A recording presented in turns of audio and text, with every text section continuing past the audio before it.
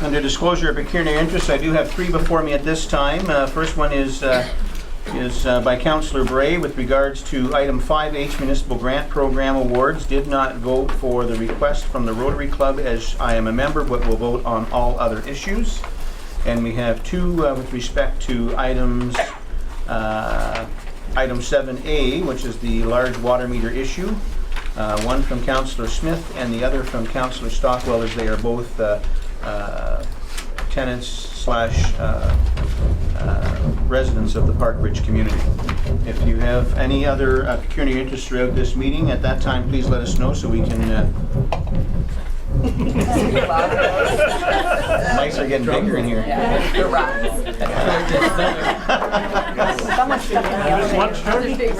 Please let us know at that time so we can let the record reflect that. Thank you.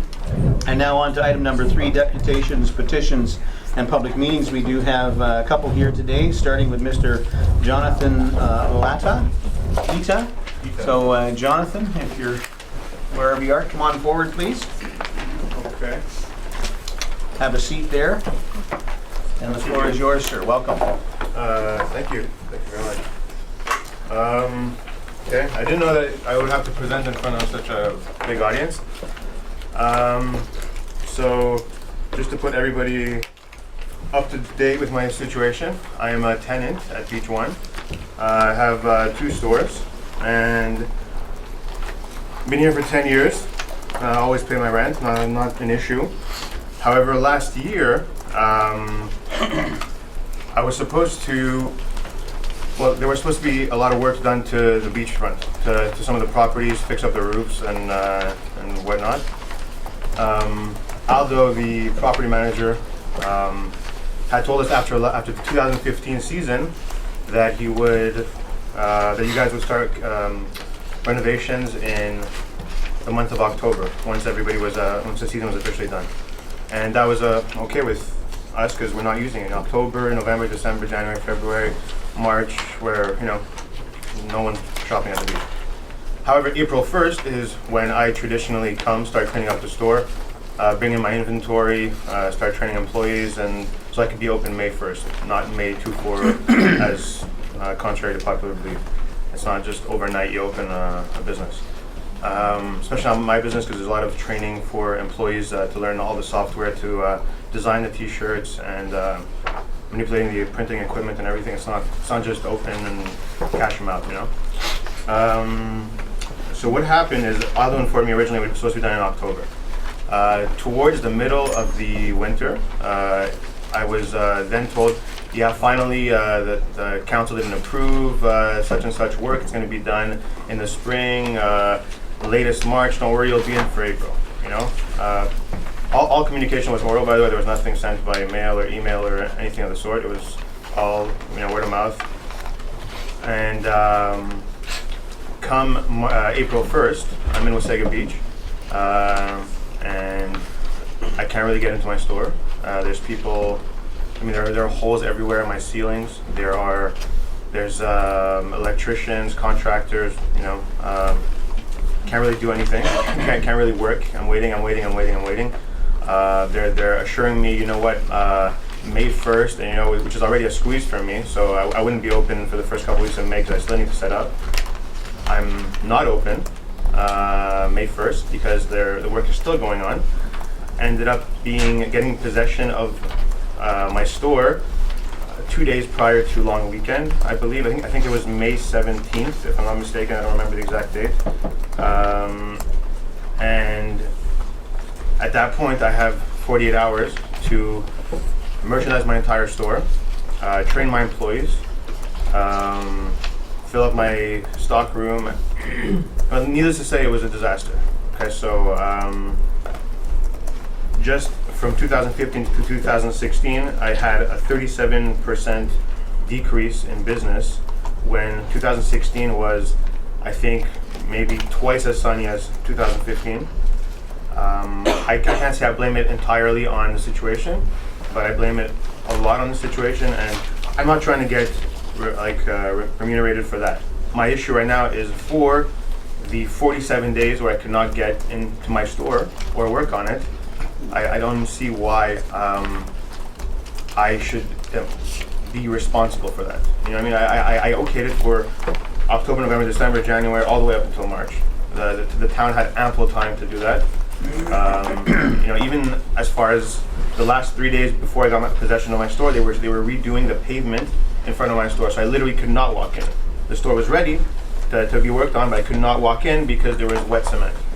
So I just asked council to please take this into consideration, because I mean, it only makes sense. It would also, if you guys look at some of the emails, there's a couple emails attached to the I guess little package I sent you. I think when I met with Monica, the treasurer, and George, CAO, they had told me that that any missing items and any time that I was restricted access would be credited. However, they only approved the May credit and not the April credit, so that's what I'm here for. As well, I have attached the invoice which they had asked me to produce for all the I guess headaches incurred and damaged items that were inside my store, and disappearing items from all these different contractors being in there daily. I think I've supplied the, I guess, responsible parties with all the information they need. At this point, I'm in the process of trying to renew my lease. I would like to stay in Wasaga Beach. I've been here for 10 years, as I mentioned, and I would just like to put this episode behind me and start on a new a new future. Any questions regarding the matter? All right, thank you very much. Jonathan, any questions or comments from council? Deputy Mayor Byfolsey? Thank you. It's actually more for staff, I guess. We've got a list here of things that apparently went missing, so has that been looked into? To you, Mr. Chair, this is the first I've seen this list. We've asked for this list in the past, so I haven't seen it, so I'd like the time to go through it to see what's on this list and reply to it. Okay, thank you. Any other questions or comments? All right, thank you very much, Jonathan. Council will take your information here and what you said today under consideration, and staff will be in touch. Okay. Thank you very much. Moving on to the next deputation, Susan Oakes, Vice President, Innovative Research Group, relating to public opinion survey pertaining to the public consultation regarding council's review of Wasaga Distribution, Inc. Susan, welcome. Thank you very much. Please be seated. All right, this is the control, so we'll see how that goes. Do you have a copy that you can look at? Since it's No, I'll just turn around and Okay. snuggle up to the deputy clerk here. All right. First of all, thank you for having Innovative invited to join you here this evening. We're going to do an overview of the benefits of survey research. So a couple of key notes. Survey research allows you to generalize the results of the survey to the general population and to apply a margin of error. I'll talk about that a bit more in detail. You can also control for bias both in terms of social desirability of response and interviewer bias. So, survey research allows you to understand the information residents have about the available options and to understand how opinions would change if they had more information. So when we talk about error is really, in a nutshell, how far off the mark are your research results? There's always going to be some error, but what matters is it a random error or is it something more systematic? So random error is, you can see a normal distribution curve in the top graph there. And a random error means that the results could shift either to the left or to the right. They're equally likely to support in either direction. In this case, more likely to shift towards oppose, equally likely to shift towards support. With systematic error, there's something about the measurement that is wrong in one direction or the other, and so there is bias in the measurement of public opinion. With random samples, this is the only time where every town resident has a known chance of being selected, and we can use these results to generalize to assess overall public opinion. So the diagram on the top left is an illustration of how a random sample survey works. It's not based on respondents' opinion, knowledge, how involved they are in an activity. It allows us to apply a margin of error, and we can determine a range of support or opposition if the whole town had been surveyed because we have this margin of error. The diagram on the bottom right shows an example of a non-random survey or other tools. The petition, for example, would be an example of this. So when it's not drawn from random, there can be significant selection bias that affects the results. So we can't infer anything about the full population from the group that participates because it's not a random sample. Bias doesn't go away just because a sample is large. It's always going to be better to have a small random sample than a large but biased sample. Survey research ensures that questions are asked by a professional interviewer who is not looking to elicit a particular response. Our interviewers are trained very thoroughly on remaining entirely neutral regardless of the topic of the research. When respondents feel that there is a correct or socially desirable opinion, they may sort of express that opinion as opposed to how they really feel, and survey research can really help overcome this problem. Questions are asked from a neutral perspective so as not to influence responses, and all options are presented. So it's not just option A. We would look at option A, B, and C and evaluate all three options. And I don't seem to be moving forward. There we go. Some other benefits. A survey can determine what information people have as well as their beliefs and attitudes about different options. So we can investigate an option in more depth other than just asking a basic support or oppose question. It can provide facts, context, and information on both sides of an argument to determine how the public would feel if they had access to the same information to which the town currently has access. With the research that we're looking at in this particular instance, within our budget of $17,000, there are two options we can accommodate. One is to do a smaller sample size of 200 and a survey of about 40 questions, which has a margin of error plus or minus 6.9%, 19 times out of 20. Or we can do a slightly larger survey, a sample of 300, but a shorter survey at only about 30 questions, and the margin of error in that instance goes down to 5.6%, 19 times out of 20. Now, based on how we have designed a basic outline of the survey, our suggestion at this point would be to proceed with a 40-question survey just so that we can ensure that all of the areas of investigation are covered. The other topic for consideration is the sample source. One option would be for us to purchase listed landline numbers. Another option that may be available to us in this particular instance would be to get actual customer lists and dial from those. The advantage of the customer list in this instance is we would be able to reach people by whatever number they have on file, be it a cell phone or a landline. This is a draft survey outline, and it is very much a draft at this point. These things can evolve and change as we work towards developing the final survey. But initially, we would screen to make sure we're talking to a bill payer, so either someone who either has primary responsibility or shared responsibility for paying their hydro bill. We'd also confirm that they do receive a bill from Wasaga Distribution.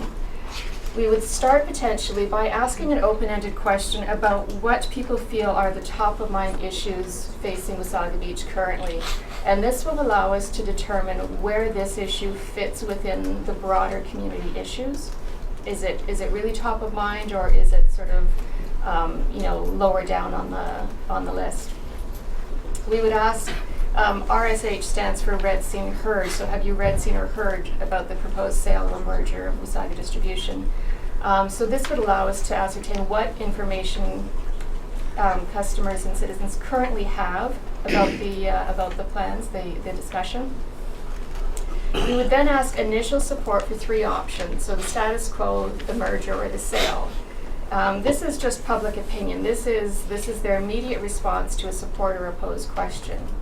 We would then go into some what we call message testing, which is where we would test statements about each of the 3 options to make sure people are getting a really balanced overview of the issue, and determine how those messages impact their level of support or opposition for each of the 3 options. We would then re-ask support for the 3 options, and that's basically a simple pre and post test. So we see if support shifts between the first and the second time we've asked the question. And then we would ask some standard demographic questions, as well as things like have they signed a petition, do they have a sign on their property, just to determine how active they are in the issue at this moment. And that's everything. Does anyone have any questions? Thank you very much, Susan. Questions or comments from council? Councilor Bray? I just have one comment when you talked about the landline, because I've been kind of informally asking people I know in my little term of reference, Yeah. and less people have a landline, so I think it's becoming an unreliable way to conduct market research, because nobody likes that phone call from the market research people, which is why a lot of people have probably eliminated their landline. Yeah. So I'm not sure if the Wasaga distribution list is available, but I think it would certainly make a better starting point for this survey. Okay. Yeah, there's no doubt that a combination of landline and cell phone are the current gold standard in survey research. People are as likely to hang up on their cell phone as their landline in our experience. The challenge in a smaller community like Wasaga Beach or Collingwood, where I live, is that it doesn't have a dedicated rate center, so we can't just identify a rate center and call it and know that we're reaching people that live in that actual community. It would be a more expensive process of calling rate centers that cover Wasaga Beach and then screening to make sure that someone actually lives in the beach, and that can be expensive because you can just be screening out hundreds of people to find people that do live in the community. Other questions or comments?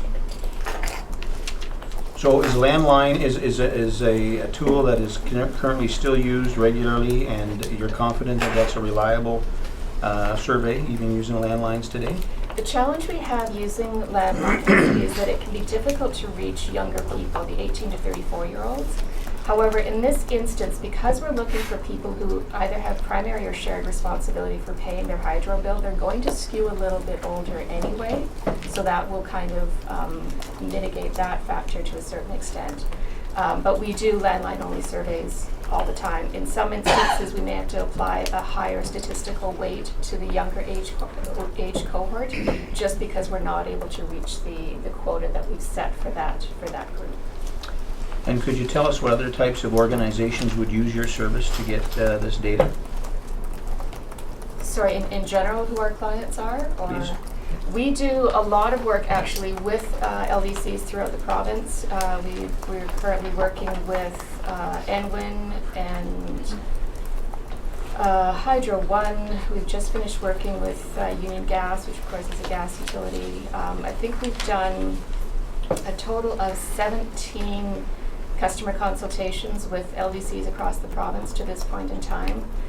We also have clients like 407 ETR, the Canadian Nuclear Association. I could go on and on. All right, thank you. Councillor Belanger? When we first talked about this, I thought there was, and it could have been my mistake, but an understanding that the public engagement meeting was to educate our residents on, all aspects of our options. Now, when you do your survey, there's no guarantee that we're reaching an individual that has actually had access to that information. Absolutely. So 30 questions, and I'm assuming the timeline is how long that you'd be speaking to an individual over the course of a survey.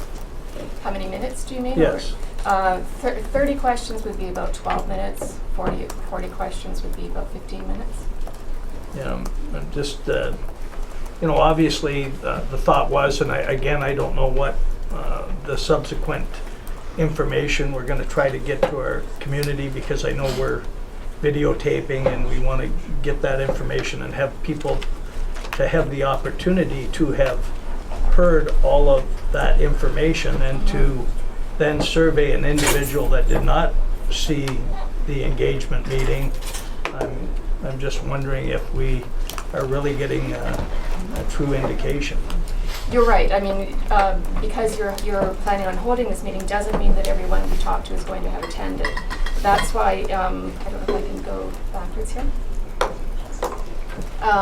After we ask initial support in the purple, the next section is about providing some education about the options that the community is considering. And so that's where we ensure that everyone who's responding to the survey has the same information, because we're reading these message statements to them and getting them to respond to them. Again, a 12-minute survey versus a 3-hour engagement meeting is, but again, I'm not an expert in data collection. Deputy Mayor by Fulci? Thank you. $17,000 is a lot of money to have 200 or 300 people, so I'm assuming some of that time is looking at the data that you get back. How would you compare that to an insert into every single hydro bill asking for people to fill it out? The problem with that is, again, you wouldn't have a random sample. When we do telephone surveys, we set quotas by age and gender that reflect the census, so that we can ensure we've got a representative sample that is random. We load the numbers into dialers, so every call is randomly generated. So that enables us to ensure that we can say that our survey sample is representative of the community as a whole. Whereas when you use bill stuffers, which a lot of people may do in a situation like this, you can't ensure, you have no control over who's going to respond, or how many will be 30 years old versus how many will be 75 years old. You can't control to make sure that it meets up with census figures. Right, and I guess my point is you could ask that question on a survey and we could hear from the entire community as opposed to 200 or 300. So, just a comment. Councillor Bray? Did you have your hand up? Councillor Smith? Thank you, Your Worship. I've been doing this type of surveying for years, and the sample size to me seems to fit what we're trying to do. And it does, I just would prefer the shorter survey, if you have more people in the shorter survey. And that would make sure that we've now reached further afield as opposed to the longer survey. So I'm afraid you're going to lose people in the longer survey. But your rationale for the numbers is excellent. So I think it's a fair proposal. Any other questions or comments from council? Susan, thank you very much. Thank you.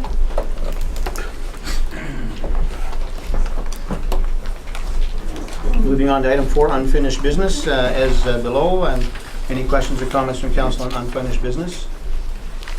Seeing none, moving along to item number 5, new business, proposed data and speakers panel pertaining to the public information session. Any questions or comments on this before I read the motion? Deputy Mayor by Fulci? Thank you. Just a comment. I didn't support moving forward with this process or spending $45,000. However, the majority of council did, so I will support setting the meeting date for that. But I do want to be on record as saying that I do have concern with some of the panel. Thank you. Thank you. Any other questions or comments? Jenny, do you have anything to add? I do. I have one update. Murray Elston in the report indicated we were waiting for confirmation, and he has confirmed that he's able to attend the panel. All right. And were you able to reach anyone from the Czech group?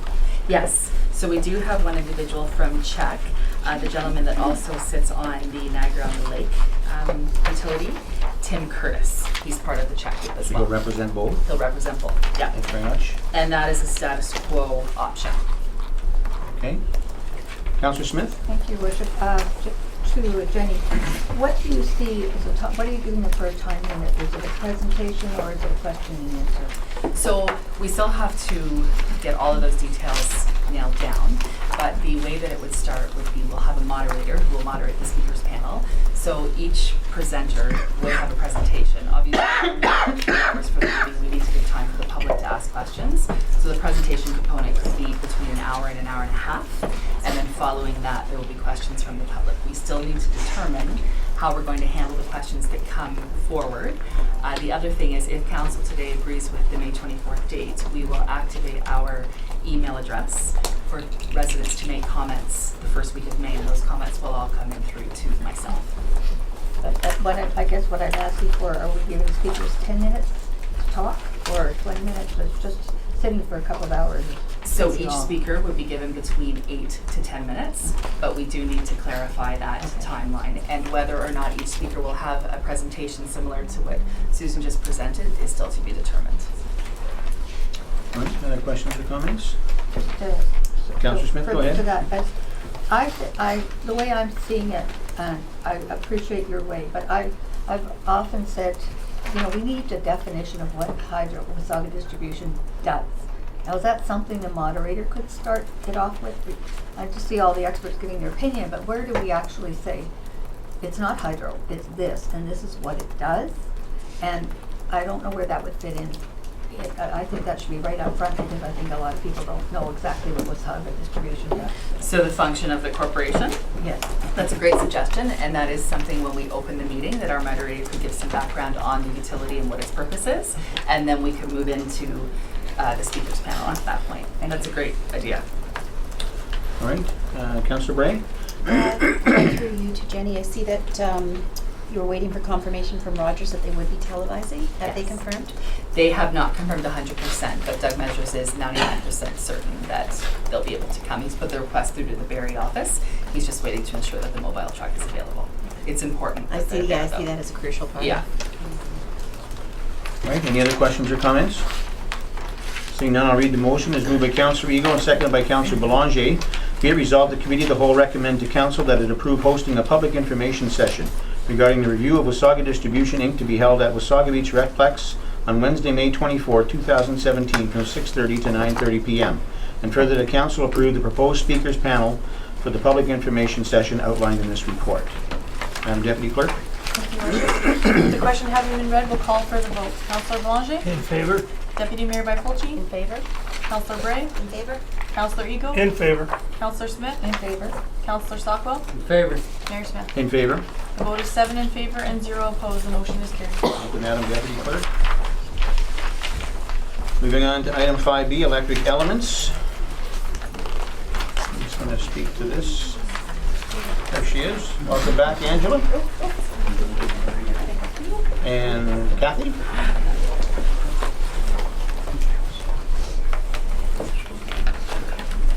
Go ahead, ladies. Thank you, Your Worship. For the electric elements final approval, everything is rolling pretty well. We've had our site meetings and our logistics meetings with all of the operators from the AGCO, OPP, etc. Everybody is of the opinion that we are at a stance where we can proceed with the final approval. All right. Questions or comments from council? Councillor Smith? Thank you, Your Worship. I just have a couple of comments, and I want to stand on the record that I'm opposed to this for many of the reasons that our Economic Development Director has, and I believe a lot of people do. So I'll be voting against it. Now, last year, when the review was held afterwards, council was not privy to the results of the post-operating meeting, right? So I would like council to ask staff if they could, at the end of the event, after you've done your group summary, is if you could provide a written statement of the whole event and what went on and what didn't go on, because we didn't get anything last year other than word of mouth. So. All right. Any concerns there, staff? Good. All right. Anything else from any other members? Councillor Belanger? Yes, certainly, given the history that went on and not directly related to the event, I have some hesitation. And we had said in the past that moving forward, supporting this event for this year does not guarantee future support. And I think in keeping with our intention to make this much more a family-oriented vacation town, that I again would encourage town staff to as quickly as possible look at a viable alternative. With that said, I believe there is significant economic benefit derive from this event, and I am planning to support it for this year. Thank you, Councillor. Any other questions or comments? I do have a question, lady, and that is, ladies, sorry. Listen, lady. Is there any way that we can find another alternative to closing down Beach Drive? Can we bring it down to, can we move the lines over somehow or in a different location so as that we're not closing Beach Drive for those businesses on Beach Drive? We're just closing the one lane on Spruce Street onto Beach Drive. The way they have their lineup is to wrap around so that it doesn't impact any of the businesses. The idea to close down the parking in between Spruce and First Street was brought up by the emergency services so that they have direct access to the event so they can park their vehicles without being impeded by any other vehicles parked there. But other than that, there'd be no other road closure, just the one lane closure. So, and that's from Spruce to, where will that go back to? Two To lanes? First Street. To First. So, yeah, Okay. just so that they can get in and out there in case there's any emergencies. So this is because of emergency services Yes, request? they requested that. Okay, thank you very much. Other questions or comments? All right, it's moved by Councillor Ego, pardon me, seconded by Councillor Belanger, resolved that Committee of the Whole recommend to Council that they provide final approval of holding the Electric Elements Music Festival on Saturday, May 20th and Sunday, May 21st, 2017 in the Playland Park Square, a portion of pedestrian Main Street and former Dome site. And further, that Spruce Street from the private lot to the end of pedestrian Main Street, one lane be closed on Friday, May 19th at 6 a.m. until Monday, May 22nd, 2017 at 8 a.m. And further, that the entire Playland parking lot be closed for event suppliers, setup crew, and large vehicles to accommodate event setup beginning on Wednesday, May 17th, 2017 at 8 a.m. until Tuesday, May 23rd, 2017 at 8 a.m. And further, that Beach Drive on-street parking between Spruce Street and First Street be restricted to emergency vehicles only for the event days, Saturday, May 20th and Sunday, May 21st, 2017. And further, that the town provide 60 alternative parking spaces for the event suppliers and setup crews during the setup and the event and takedown, limited to Spruce Street or Nancy Island lots. Madam Deputy Clerk. Your Worship, with the motion having been read, we'll call for the vote. Councillor Belanger? In favor? Deputy Mayor Byfolchi? In favor? Councillor Bray? In favor? Councillor Ego? In favor. Councillor Smith? Opposed? Councillor Stockwell? Favor. Mayor Smith? In favor. The vote is 6 in favor and 1 opposed. The motion is carried. Thank you. Item number 5C, CAO commercial lease. We're going to be putting that off until after the in-camera session, so council can have discussion on this matter first. Moving on to item number 5D, the license agreement with Ontario Parks for Beach Area 1 and 2. And I believe this is yours, Mr. CAO. Thank you, Worship, members of council. In your package is a report dealing with the proposed agreement with the province pertaining to taking over the management of Beach Area 1 and 2. This agreement in draft form has been before committee a couple of times prior, February and in March. Staff have now had the opportunity to really fine-tune the figures with respect to the amounts that would be required in order to assume responsibility for this agreement. There are two components. There's the enforcement component, dealing with taking over the enforcement as per Ontario Parks requirements, and then there's the maintenance requirement. So over the last 2 months, we have been meeting with Ontario Parks staff, with the manager, and refining our numbers based on our understanding of the requirements for enforcement and with respect to maintenance.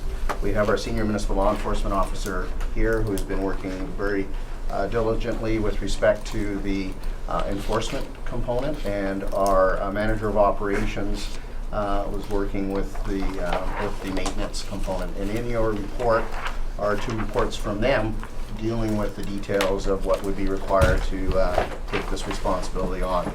The agreement is for a 5-year period.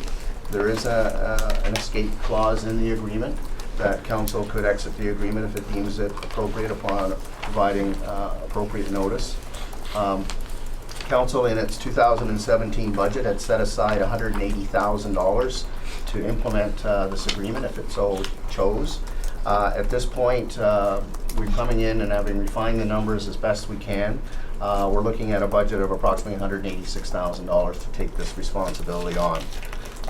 It's a little bit higher than what I had hoped and what we had anticipated when we prepared the budget, but staff are of the view that what is before you today will provide a sufficient level of enforcement and will also maintain the park in a manner that is appropriate and is similar, if not identical, to the way the park is currently maintained in terms of the garbage and the litter pickup, et cetera, et cetera. In my report, I outlined to council what has been thought to be the advantages of the town assuming responsibility for this area. It is, as the public know, and I dare say Ontario and probably Canada know that Canada knows that Wasaga Beach is home of the longest freshwater beach. Yet for many, many years, the town has not had any control over this asset. By taking over Beach Area 1 and 2, the town will assume management responsibility for what's arguably the most popular of the beaches along Wasaga Beach Provincial Park. So with that control comes responsibility that we'll be able to program recreation activities in this area. We'd be able to enter into subleases to offer activities for various people, whether it be lawn chair rentals or umbrella rentals, et cetera, et cetera. We'd be able to offer the amenities in this area that a lot of people have become accustomed to when they visit beaches around the world. M&R operates under very strict guidelines with respect to such things. With the town taking it over, we can operate it under our guidelines, and we can offer some of those amenities that people have been asking for. It basically puts a major tourist attraction, the major tourist attraction portion of it, in the control of the municipality. There is a cost, and the cost is outlined in the report, but when you look at the cost versus the benefit, I think the opportunity for the town to be able to program events, program activities, et cetera, I think it's a good investment on behalf of the municipality to take over this part of the park. We're still working with Ontario Parks in terms of some of the finer details. The agreement that's before you today is essentially the agreement that we're proposing go forward. If committee approves it today, it'll go to council next Tuesday. One of the areas that we're looking at is one of the appendixes dealing with events and activities in terms of where there'd be the active area. In the agreement, it talks about Beach Area 2 being the area where the town would promote activities, beach volleyball, that kind of thing. And certainly that historically has been Beach Area 2, but there are other areas of the beach, Beach Area 1 and 2, that lend themselves for other activities. So we're still negotiating on that finer point. Melanie Milczynski is the Southwest Zone Manager for Ontario Parks. We've been working very closely with her. Unfortunately, she couldn't be here in person today unless she's slipped in while I was talking, but she is available via speakerphone, and she would be happy to answer any questions on behalf of the province with respect to this agreement. I think the agreement now before council is and the staffing is at a point now where it can move forward. Thank you. Thank you, Mr. Steele. Questions or comments? Before we open the floor, questions or comments from George. Did anyone have any questions or comments for Melanie? We can get her on the line. Seeing none. All right. Questions or comments, Deputy Mayor Byfolchi? Thank you. I do want to be on record as being opposed to the agreement. Our newly created Beachfront Management Board will be in charge of approving events on the beach, the M&R land, and I assume taking on the responsibility of ensuring M&R legislation is adhered to. As Deputy Mayor, I'm not comfortable giving this authority to a volunteer group on my behalf. It's a serious offense not to follow the legislation, and as a member of this council, I have no intention of paying the price for others making potentially bad decisions. I see it as an unnecessary cost and liability to the taxpayers of this community with what I don't believe to be any added value or benefit to them. In the past, the M&R has had a great record of working with the town regarding events, and I don't believe has ever said no, or not very often, to an event. What they have done is set conditions. They put them in place to ensure legislation and rules are followed. We will be required to do the same. So while the town or the beach management board will have control of the beach, the agreement clearly indicates that the M&R still has the right to say no to certain events. I don't see the agreement as any benefit to the town, only another huge cost, so I won't be supporting it. Thank you. Councillor Eagle? Yes, through you, Mr. Mayor, to the CAO. Marge, do you know who's been responsible for cleaning up Beach 1 so far? Or is it the town or the M&R? Sorry, it's been Ontario Parks, the It M&R. has, yeah. Do you know if there's any indication that that's what they're going to do to all the beaches? Or is it just Beach 1 that they're cleaning up right now? I don't understand the question, sorry. Well, they've completely cleaned Beach Area 1 and removed all the wetlands and all the bush and all the weeds and everything else and made it back into a beach again. Are they going to continue that all the way with all the rest of the beaches, or are they just Beach Area 1 they're going to do? You know? Mr. CEO? If I may, the park management plan, the park management secondary, if I'm correct, outlines the maintenance guidelines for each of the beaches, the 7 or 8 beaches that exist, and certainly those beaches will be maintained very similar to how Beach Area 1 and 2 are maintained. So when we talk about Beach Area 2, 3, 4, 5, 6, and then you have New Wasaga and Allenwood. So they have areas designated within those specific beaches that they maintain to a very similar level that they maintain Beach Area 1 and 2. In between those areas, there are areas that are more naturalized, and they will continue to maintain them in accordance with that park management secondary plan. So I think what you're asking with respect to and correct me if I'm wrong, Councillor, with respect to the cleanup or clearing, if you will, of the area where the plovers were, is that going to continue on other beaches? And I would suspect that that's a question that we should be asking the MNRF outside of this, but it's a good question to ask, Councillor. Thank you very much, Mr. Mayor. Why I was saying that was I have to say that I was very impressed with the job that the M&R done on Beach Area 1, and I think that looks absolutely fantastic. And as you know, from me always being a critic, it's kind of hard for me to say that, but anyways, I have to say that you take a look at Beach Area 1 right now, and I think they've done a wonderful job. And I'd like to see that continue all the way down the beach. Thank you. Councillor Belanger? Yes, a couple of points. As I had asked previously, and COO had confirmed that the M&R are not reducing their budget, and related to the fact that we are taking on a considerable expense that they would have formerly had. But we haven't received too much detail in that, and I expressed some specific concern, and I was down to Beach Area 1 and 2 very recently, and specifically picnic tables. Like, all of our tourists use those picnic tables, and frankly, they're disgusting. And they need to be replaced. They're probably well past their lifespan, and I think in relationship to $186,000, I think we could have new picnic tables, and I would just encourage for us to maybe get a little more detail as to how that money that they're saving is going to be used to enhance our beachfront. The other thing, and this is more maybe for the public that's in the room, is that after launching the new tourist website, my understanding is, and Andrew's in the room, that we had 200,000 hits in the first 7 to 10 days, and many of those hits were from the province of Quebec.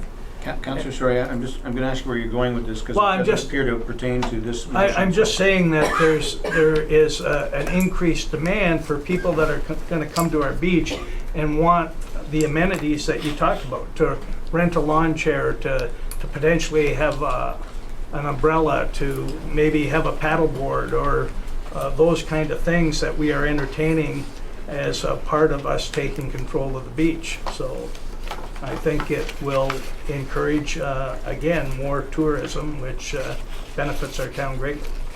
Thank you, Councillor. Councillor Smith? Yes, through the CAO regarding staffing, and I'm a little confused here because we're having problems finding people that can do the enforcement on the beach. Is that my understanding from this paragraph? If it's going to, we have problems getting the numbers, could the MNR consider doing some of the enforcing down there? Mr. CAO?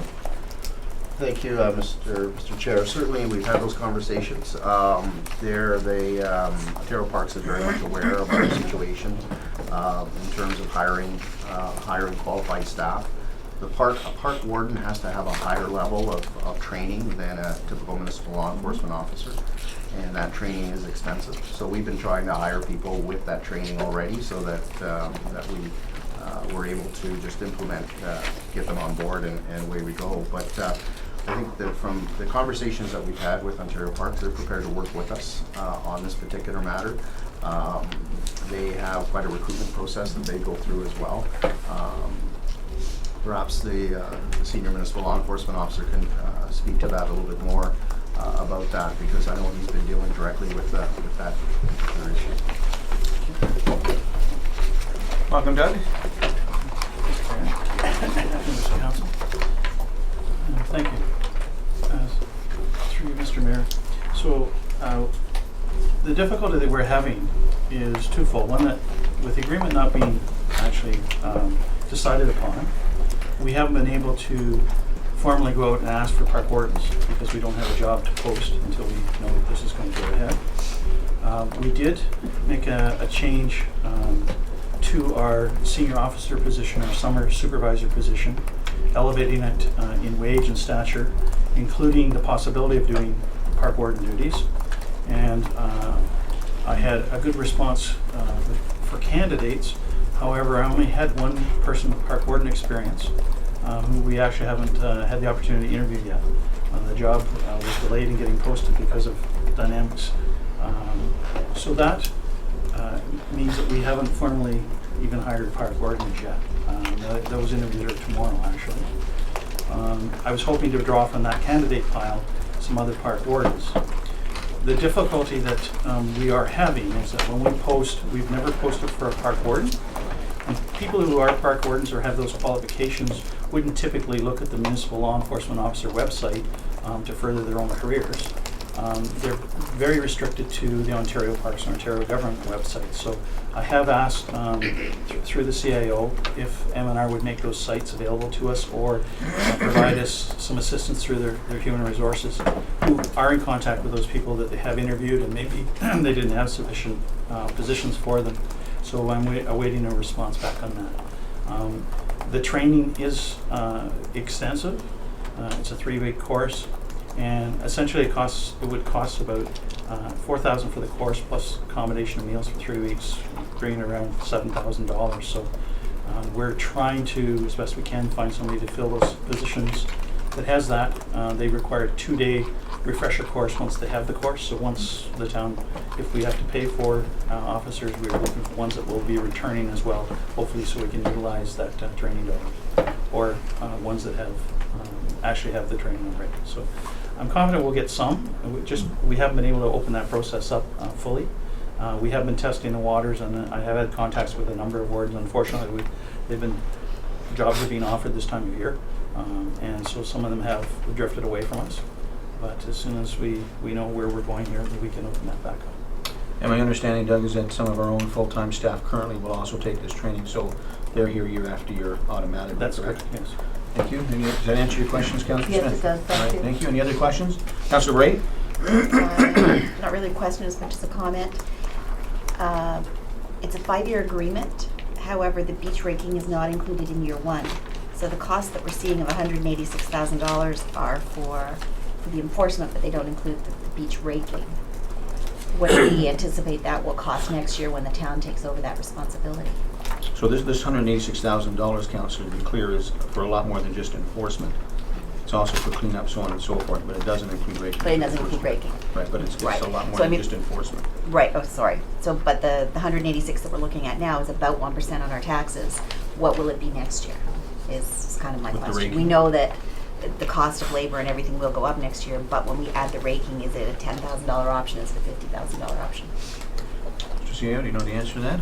Mr. Chair, I do not know the answer to that. The only thing I can comment is that we will be monitoring this summer, if council approves this agreement, we'll be monitoring our staffing, both on the enforcement side and on the maintenance side.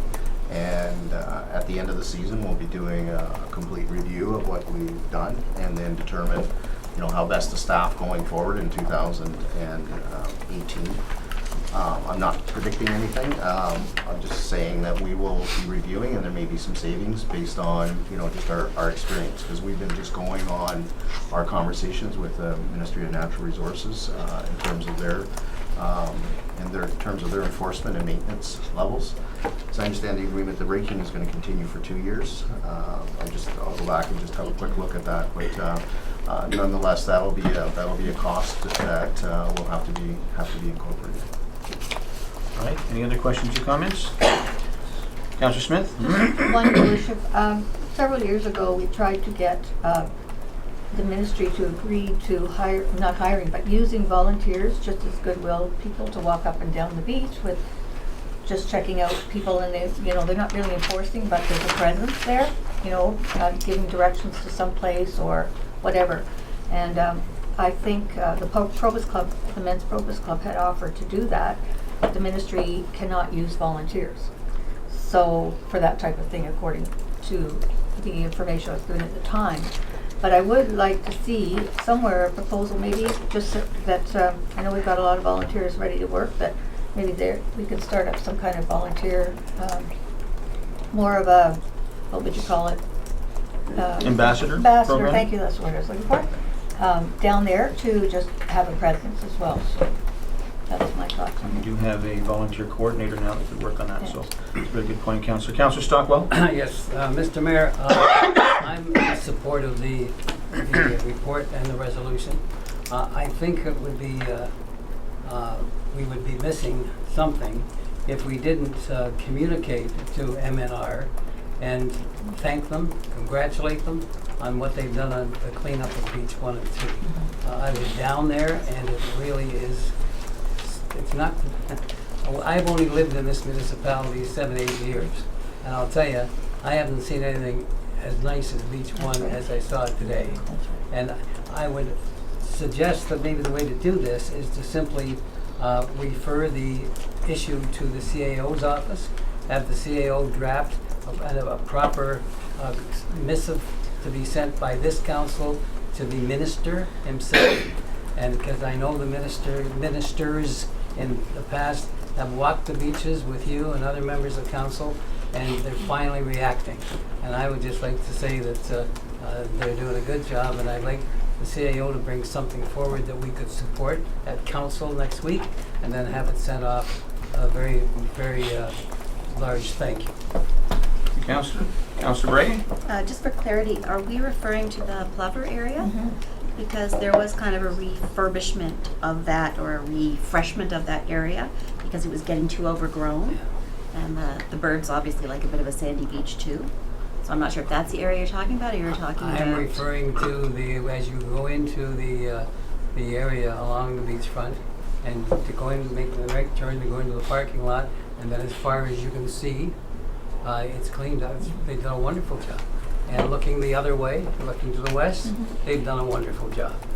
It's nice as I've seen it in the 7 years that I've been. Councillor, I think it goes without saying that we've had a lot of conversation and done a lot of hard work with the ministry over the last couple of years. And I've been saying many times that we get more with sugar than we do with vinegar. And it's been a very, I won't say long process, but it's a process that takes time.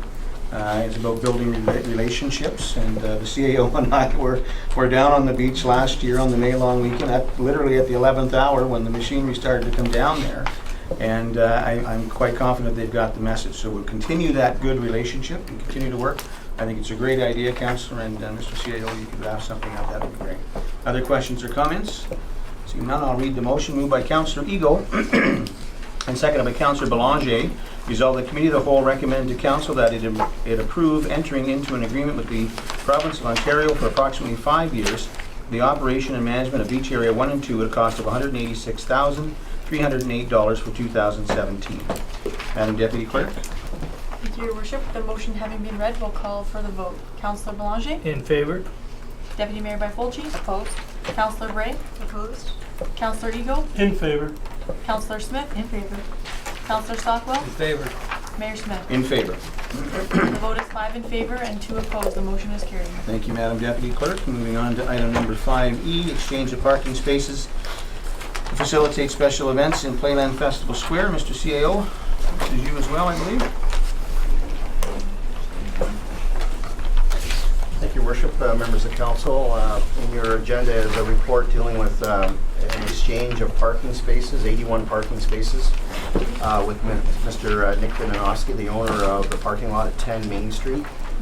The parking lot at 10 Main Street is accessible through the Playland parking lot. The Playland parking lot is one of our main event areas, and every time we have an event in the Playland parking lot and we have to close off the parking lot, it presents a challenge to access Mr. Vinanowski's parking lot. Last year, council implemented a parking lot exchange or parking space exchange for the 4 spaces at the south end of the Spruce Street parking lot.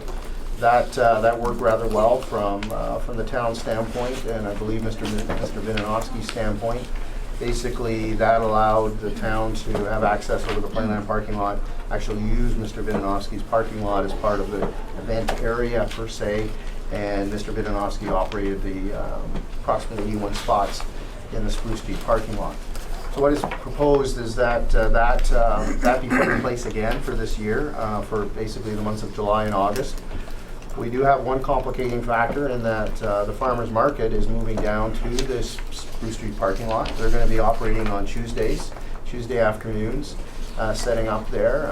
So Tuesdays, that parking lot will not be available. So that will be written into an agreement with Mr. Vinanowski to say that on Tuesdays, while the farmers market is operating, the parking lot would not be available. And in compensation for that, what suggested is that those days that there's no event taking place in the Playland parking lot, that Mr. Vinanowski be allowed to use his parking lot at 10 Main Street, and that he share the revenues with the town on a 50-50 basis. So that will compensate him for the loss of that on Tuesdays, and when we're not using the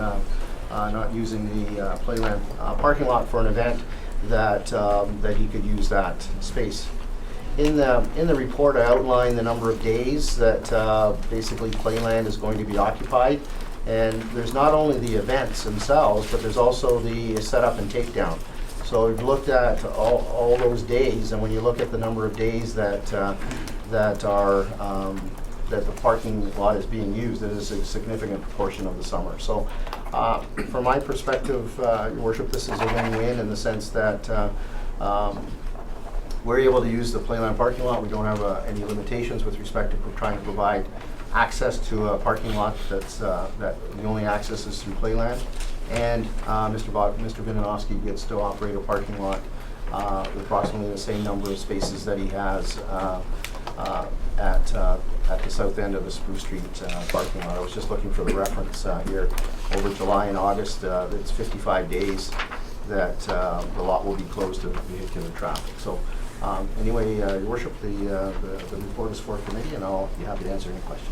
Thank you. Questions or comments? Deputy Mayor Byfolchi? Thank you, Mr. Mayor. I'm just curious, last year we had shown some interest in finding a permanent solution to this. Was that ever discussed with the landowner? Was it turned down, or? Your Worship, there is a permanent solution. It was approved as part of the site plan dealing with the seven containers. It's it's an access off Beach Drive at the west end of Beach Drive. When we first did an estimate in terms of the cost of that, the cost was not that significant, and then we started to do some detailed costing, and the cost is quite significant to install an appropriate entrance at that end. We had talked to Mr. Vinanowski about sharing the cost of that entrance because of the benefit again to the town. Mr. Vinanowski has an easement across the Playland parking lot, so in exchange we would take the easement back and then have this access. But from staff's perspective, the cost of doing that entrance, given that these lands may be developed or redeveloped in the next or in the foreseeable future, it doesn't make sense from a staff perspective. So from that standpoint, we're looking at this as an alternative. And I guess myself, I would have liked to have seen it more permanent, and I don't know if there's the numbers, the cost to do that was ever circulated to council or not, and I've just maybe forgotten. But I think it would be cleaner than trying to share 50-50. You know, it's a business that there's not a lot of books or anything else. I'm not accusing anybody of anything, but I think to keep it clean, we are a municipality, and you know, there's better ways of doing it. I'll support it this year, but I really think that we need to be looking at something else. Thank you, Deputy Mayor Byfolchi. Councillor Belanger? Yeah, in looking at this, I would ask for consideration of, you know, a couple of possible options. Like, if we're only infringing on a Tuesday afternoon and evening, then why would we not only allow that parking lot to be used by the owner on Tuesday afternoon and evenings, and the rest of the time, those spaces would be available to the town, and if somebody parks there, we would collect the revenue, the entire revenue, for the town. Now, the other alternative would be to see if the farmers market would consider relocating into that parking lot. That way, the exchange is clean, and the landowner can use the exchanged parking spots without any encumberment. So those would be my considerations, because I don't know the kind of revenue we're talking about, but it seems to me that there's a significant benefit to the owner of the parking lot, because he's going to continue to have the spaces we're exchanging, plus all of the spaces that he originally had in any other day other than Tuesday afternoon and evening. So. Other questions or comments? Councillor Bray? Thank you. It kind of relates to this. We have a number of tenants with leases that have, not deeded, but certainly identified parking spaces in the Playland parking lot. So if it's closed for 55 days out of the 60 days of summer, where are we expecting our leased tenants to park? And will they then be able to go over to Mr. Ivanovsky's lot, or do we have alternate parking for them? I didn't realize we were closed 95% of the season. Mr. CAO? Thank you, Mr. Chair. We do provide alternative parking.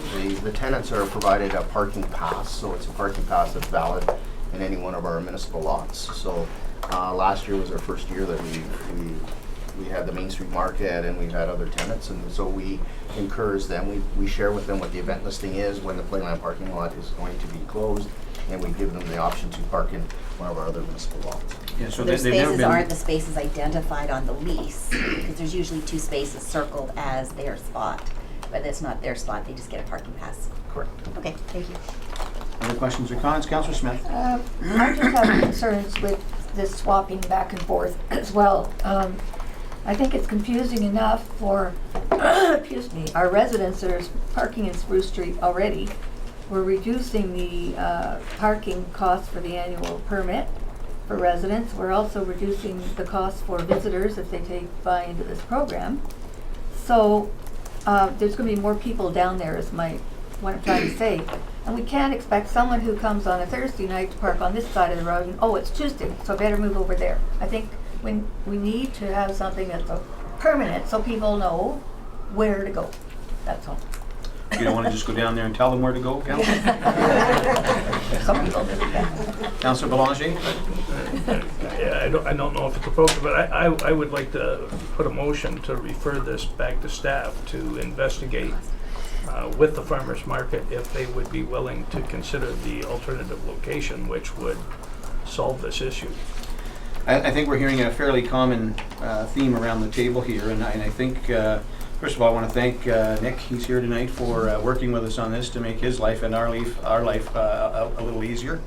I would agree. I think the only fly in the ointment here really is the farmers market, and I don't mean that in a negative way, but if the farmers market was simply willing to move, or if we let them know they needed to move over to the other parking lot, we could simply swap the parking lots out for the entire season, and there'd be no confusion by the public, no confusion by anybody else. Nick's not going to have to move his signage back and forth here, there, and everywhere.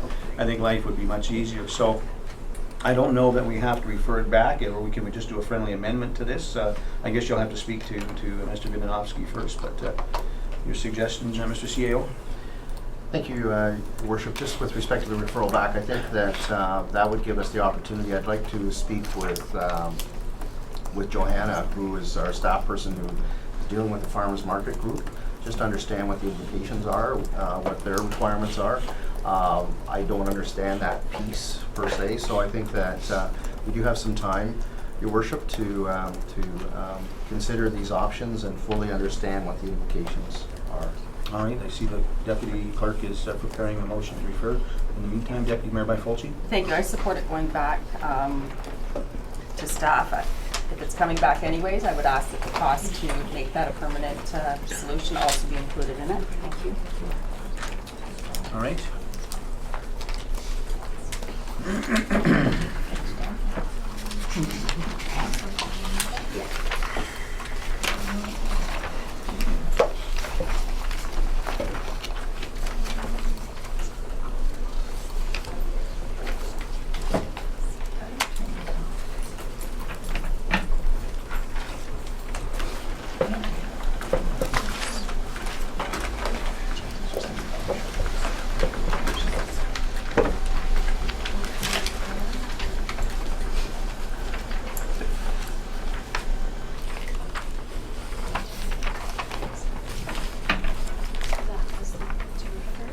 Say the mover. You're the mover, right? Someone to second Councillor Belanger's referral. Yes, Mr. Belanger.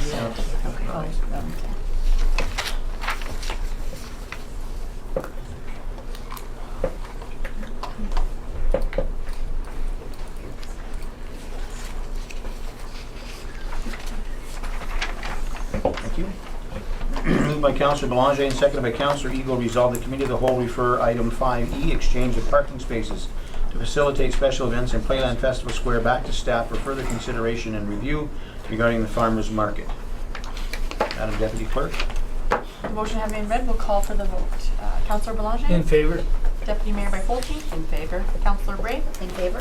Councillor Ego? In favor? Councillor Smith? In favor. Councillor Stockwell? Favor. Mayor Smith? In favor. The vote is 7 in favor and 0 opposed. The motion is carried. Thank you. Moving on to item number 5F, I have a motion here moved by Councillor Belanger, seconded by Deputy Mayor Byfolchi. Resolve the Committee of the Whole recommend to Council that it receive the 2016 investment report for information. Questions or comments? Seeing none, Madam Deputy Clerk. Thank you, Your Worship. With the motion having been read, we'll call for the vote. Councillor Belanger? In favor? Deputy Mayor Byfolchi? In favor? Councillor Bray? In favor? Councillor Ego? In favor? Councillor Smith? In favor. Councillor Stockwell? Favor. Mayor Smith? In favor. The vote is 7 in favor and 0 opposed. The motion is carried. Thank you. Moving on to item 5G, financial disclosure requirements. You, Mr. Seaman.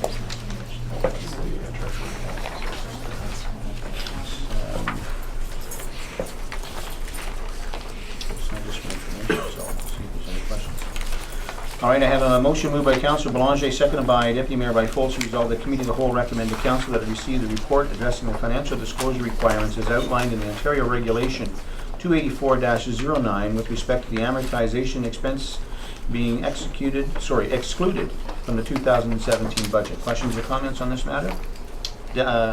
Councillor Bray? I don't see the treasurer in the room, but I did wonder if she could kind of provide a little more information about what that was and maybe the long-term impact, because it looked like it might have some. All right, Mr. CEO, you want to take that, right? We'll take that back and have that information provided, Councillor. Thank you. All right, any other questions or comments? Seeing none, please call the question, Madam Deputy Clerk. Thank you, Your Worship. With the motion having been read, we'll call for the vote. Councillor Belanger? In favor? Deputy Mayor Byfolchi? In favor? Councillor Bray? In favor? Councillor Ego? In favor? Councillor Smith? In favor. Councillor Stockwell? In favor. Mayor Smith? In favor. The vote is 7 in favor and 0 opposed. The motion is carried. Thank you. Moving on to item number 5H, municipal grant program. It is moved by Councillor Stockwell, seconded by Councillor Belanger. Resolve that Committee of the Whole recommend to Council that it approve the grants listed as the attached in Appendix A under the approved process for allocation for grants for the annual municipal grants program. Questions or comments on this matter? Deputy Mayor Byfolchi. Thank you. Just a comment. You know, the process was followed. Council put in their votes for this, so I will support it. However, I do think we should have been supporting the Rotary Club. They give back to the community a lot, and when I compare it to some other ones, I was just surprised they didn't make it. Thank you. Thank you. Other questions or comments? Councillor Eagle? I don't think that we should be supporting clubs of that nature, that the clubs in every community give back to the community, and this event happens to make an awful lot of money, and I don't think that we should be supporting it. All right, other questions or comments? Seeing none, Madam Deputy Clerk. With the motion having been read, we'll call for the vote. Councillor Belanger? In favor? Deputy Mayor Byfolchi? In favor? Councillor Ego? And opposed? I'm Councillor sorry, in favor. I'm sorry. So to be clear, Councillor, are you in favor? I'm in favor. Thank you. Thank you. Councillor Smith? In favor. Councillor Stockwell? Favor. Mayor Smith? In favor. The vote is 6 in favor and 0 opposed. The motion is carried. Thank you. Moving on to item number 5I, Beachfront Lease 93 Beach Drive Unit A, Tim Hortons. I have a motion moved by Councillor Eagle, seconded by Councillor Belanger. Resolved that the Committee of the Whole recommend to Council that the Town of Wasaga Beach accept the offered lease from JJBJ Holdings Inc. for 93 Beach Drive Unit A for a 1-year term with the option to renew for a further 5 years based on satisfactory performance and Council approval. Did you wish to speak to this, Andrew? No. All right, questions or comments? Deputy Mayor Byfolchi? Thank you. Just if staff could jog my memory, were they in that location for 2 years now? This would be their third? That's correct. Okay. Because it's kind of saying they need another year for exploring it. I would think that they would know by now what the market is, now that I could make it or not. So, thank you. Andrew? Yeah, through you, Your Worship, in the correspondence received from JJBG Holdings, also known as Tim Hortons, they've indicated that the one concern they have is the impact of special events that they experienced last summer. So they'd like to come back for one more season and just make sure that the impacts are a little bit better this year than they were last year. And then they would be interested in sitting down and talking about perhaps pursuing a longer term lease. Deputy Mayor Byfolchi? Thank you. And I guess just to that, any of them down there could say the same thing. I would hope that at the end of this season, we will be not waiting till this time of year to decide for next summer. If they're in, they should know by the end of this summer.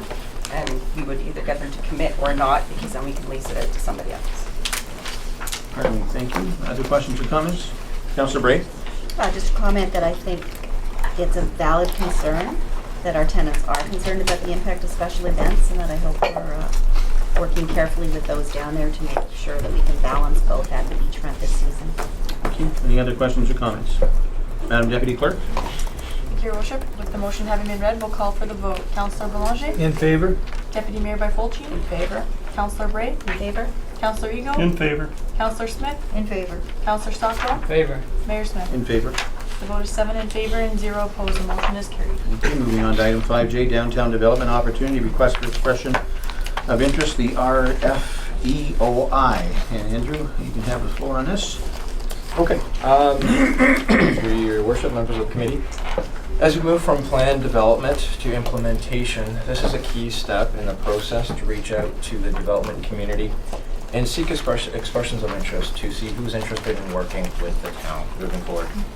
The purpose of this RFEOI is to confirm market interest in working with the town, to identify potential development partners, and to solicit input in the process as we move forward, taking our plan and moving towards implementation. This is geared to attract developers with a proven track record of building high-quality mixed-use development projects in urban locations, waterfront locations, and/or downtown context. It's designed to gauge developer interest in working with the town to develop town-owned lands, as well as gauge interest in working with private landowners who are signatories to the MOU that was approved at committee last week. The RFEOI targets the first phase of development, which is the area around the town square, also known as the Lower Main District, also around Festival Square, which is referred to as the Beach District, as well as Main Street itself that links the two areas. Respondents are asked to indicate whether they are willing to undertake development in both districts or exclusively work in one or the other. They're also asked to indicate whether they are only interested in working with the town to develop phase 1 or if they would be interested in future phases. Responses will help inform a town-owned land disposition strategy. Respondents will be shortlisted, and they may be required to respond to a future request for proposals on lands or the town may elect to proceed to select a developer or developers with whom a development agreement might be negotiated. And most importantly, nothing in this RFEOI obligates the town to enter into any contracts or agreements or arrangements with any person or body that submits a response. So with that, I'm pleased to answer any questions. Thank you very much, Andrew. Deputy Mayor Byfolchi? Thank you. I didn't support the MOU, and I don't support how we're moving forward with this. However, I just wanted clarification so everything will come back to Committee of the Whole. It says, the submissions will be reviewed by the Downtown Steering Committee with the list of respondents shortlisted, but Council will see every single respondent. Is that correct? That's correct. Okay, thank you. Other questions or comments? Councillor Bray? So with the review of submissions by the Downtown Steering Committee, is that a public process? So that will take place at a Downtown Steering Committee meeting and visitors can? Yeah, that's correct. So the public is welcome to sit in, yes. Thank you. All right, other questions or comments? All right, Andrew, I think it's a great move forward. It's going to get the ball rolling, the heavy lifting started, if you will, and it's exciting times for Wasaga Beach. So thank you and your team again for all your hard work, as well as the rest of the staff here at Town Hall in every department. I think, over the last 2 years, I think it's important to note that all staff in this organization have really worked hard in many different directions to make some improvements here, and I'm very proud of our staff and where we're heading. So, as moved by Councillor Belanger, seconded by Councillor Eagle, resolved that Committee of the Whole recommends to Council that staff be directed to issue the Downtown Development Opportunity Request for Expression of Interest (RFEOI) and report back to Committee following review of the submissions by the Downtown Steering Committee with a list of respondents for the RFEOI developer, shortlist recommendations, as well as recommended next steps in the process. Madam Deputy Clerk. Your Worship, with the motion having been read, we'll call for the vote. Councillor Belanger? In favor? Deputy Mayor Byfolchi? Opposed? Councillor Bray? Opposed? Councillor Ego? In favor? Councillor Smith? In favor. Councillor Stockwell? Favor. Mayor Smith? In favor. The vote is 5 in favor and 2 opposed. The motion is carried. Thank you, Madam Deputy Clerk. Moving on to item 5K, proposed new planner position. I think I see there he is. Mr. Herron, welcome. Thank you, Your Worship. The floor is yours, sir. Thank you. Staff are requesting permission to advertise for a Planner 1 full-time, and that is a change from the current council policy of advertising for 3-year contract positions.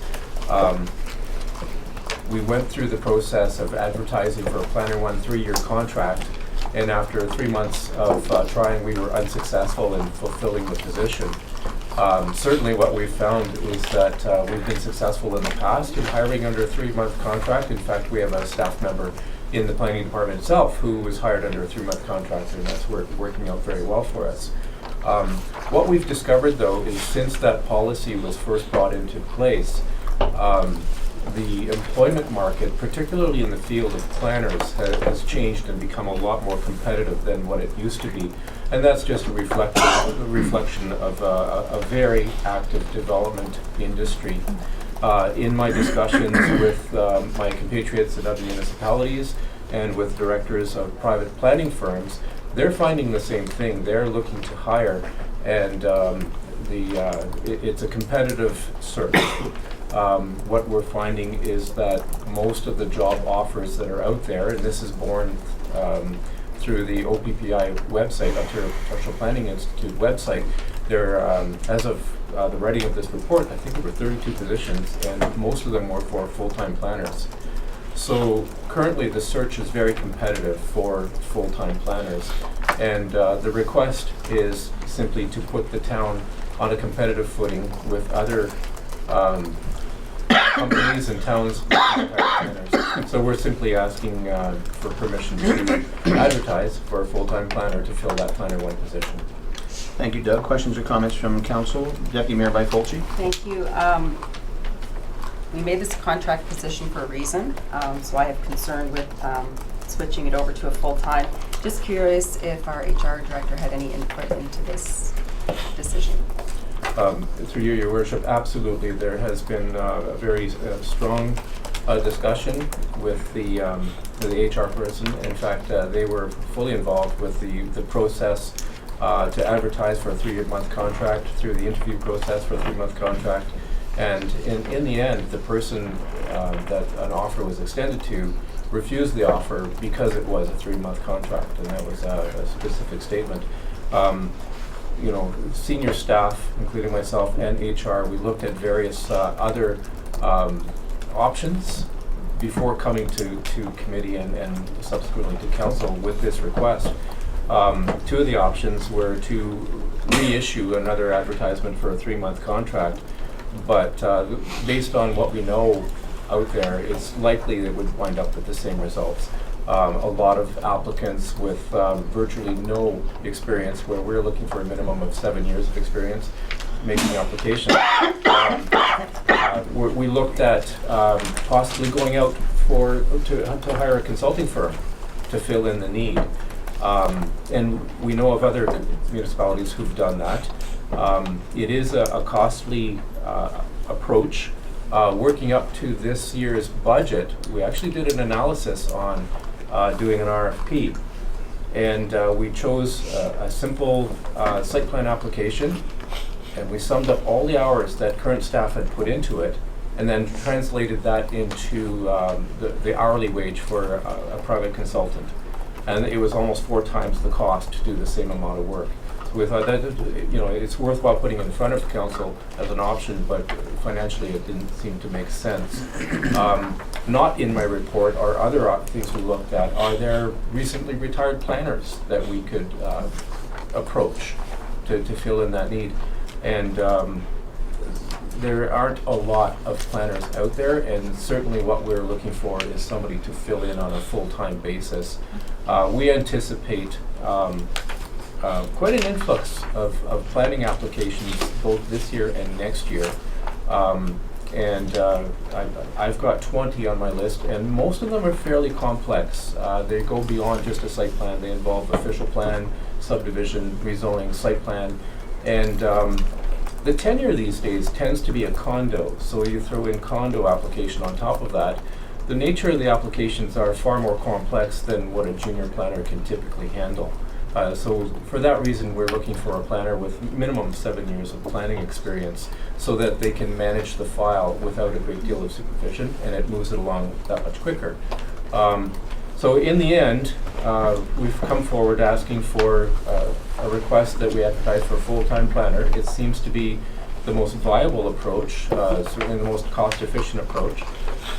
It doesn't really change the 2017 budget, but it does extend the responsibility to the town for a full-time position. Doug, sorry, supplemental, Deputy Mayor Mikulski? Yeah, and I guess that's my concern with it, is that it's ongoing. Once we add it, it's there, and it just carries over and over. So myself, I would like to still explore some other options. I'm not prepared to support it tonight. Councilor Belanger? Yes, Doug, I just want to refresh my memory, but I believe in the budgeting process you had asked for 2 positions, and council had decided that we would just approve 1 for this year, and I believe the original start date was July 1st, but because of a significant amount of workload, we had approved it to be immediate or as quickly as possible to January 1st. So we are moving along, and I believe that even though we subcontract out for the official plan to be updated, that still requires some significant extra work on the part of your team. And as far as I would just like to cite a number of articles recently. One was just on the Bay now, talking about, I believe the quote was, that we're expecting a boom in South Georgian Bay that we have never seen in the history, and an awful lot of initiatives that are being undertaken at many municipalities. We're the 2nd fastest growing town in Ontario. I expect with the migration of the boomers that that's going to continue for a significant amount of time. So I believe there's a significant need to expedite this hiring. Thank you, through your worship. That is correct. The planning department did ask for 2 positions, and council, through their budget deliberations, allowed for 1 position. And we're staying with that, so we're simply asking that 1 position be on a full-time basis. We are realizing quite a bit more of planning applications. Our numbers for pre-consultations are up from this year as from what they were last year. Of the 20 applications that are, I'll call them hot, 10 of them we can expect the applications to come in before the end of the summer. So those 10 would be a full workload for that 1 planner that we are seeking to fill the position. Thank you. Other questions or comments? Doug, in looking for this this future person, are you? I'm assuming you have, but I want to ask the question. You've obviously thought about as we move forward in some of the new types of development we'll be doing, and hopefully that person will have some knowledge there that's outside the knowledge base of our current staff. That's correct, Your Worship. Before we advertised for the planner 1 on the contract, we looked at the job description and amended it, and we're seeking for experience that looks at multi-tiered development. So we know that going forward, we're seeing proposals, like currently today we're seeing proposals for 3- and 5-story apartments, which is a whole different set of planning complexities, particularly when it comes to plans of condominium, where you could have tiered condos, 1 for each floor. And so you get sort of a 3-dimensional condo plan, which what the hope is that the planner that we bring in-house would have some experience with that type of development. Thank you, Doug. Any other questions or comments? Seeing none, I'll read the question. Is moved by Councillor Stockwell, seconded by Councillor Bray. The Committee of the Whole recommended council that staff be authorized to proceed with the recruitment process to hire a permanent full-time planner 1. Madam Deputy Clerk. Thank you, Your Worship. With the motion having been read, we'll call for the vote. Councillor Belanger? In favor? Deputy Mayor Fulcher? Opposed. By Fulchi? Sorry. Councillor Bray? In favor? Councillor Eagle? In favor? Councillor Smith? In favor. Councillor Stockwell? In favor? Mayor Smith? In favor? The vote is 6 in favor and 1 opposed. The motion is carried. Thank you, Madam Deputy Clerk. Moving on to item 5I, the application for zoning bylaw amendment. I'm assuming you're going to deal with this as well, Doug? Yes, I am, Your Worship. The floor is yours, sir. This application would normally come to Development Services section of Coordinated Committee. The proposal is for a private high school on a parcel of land that is not zoned to allow for a private commercial school.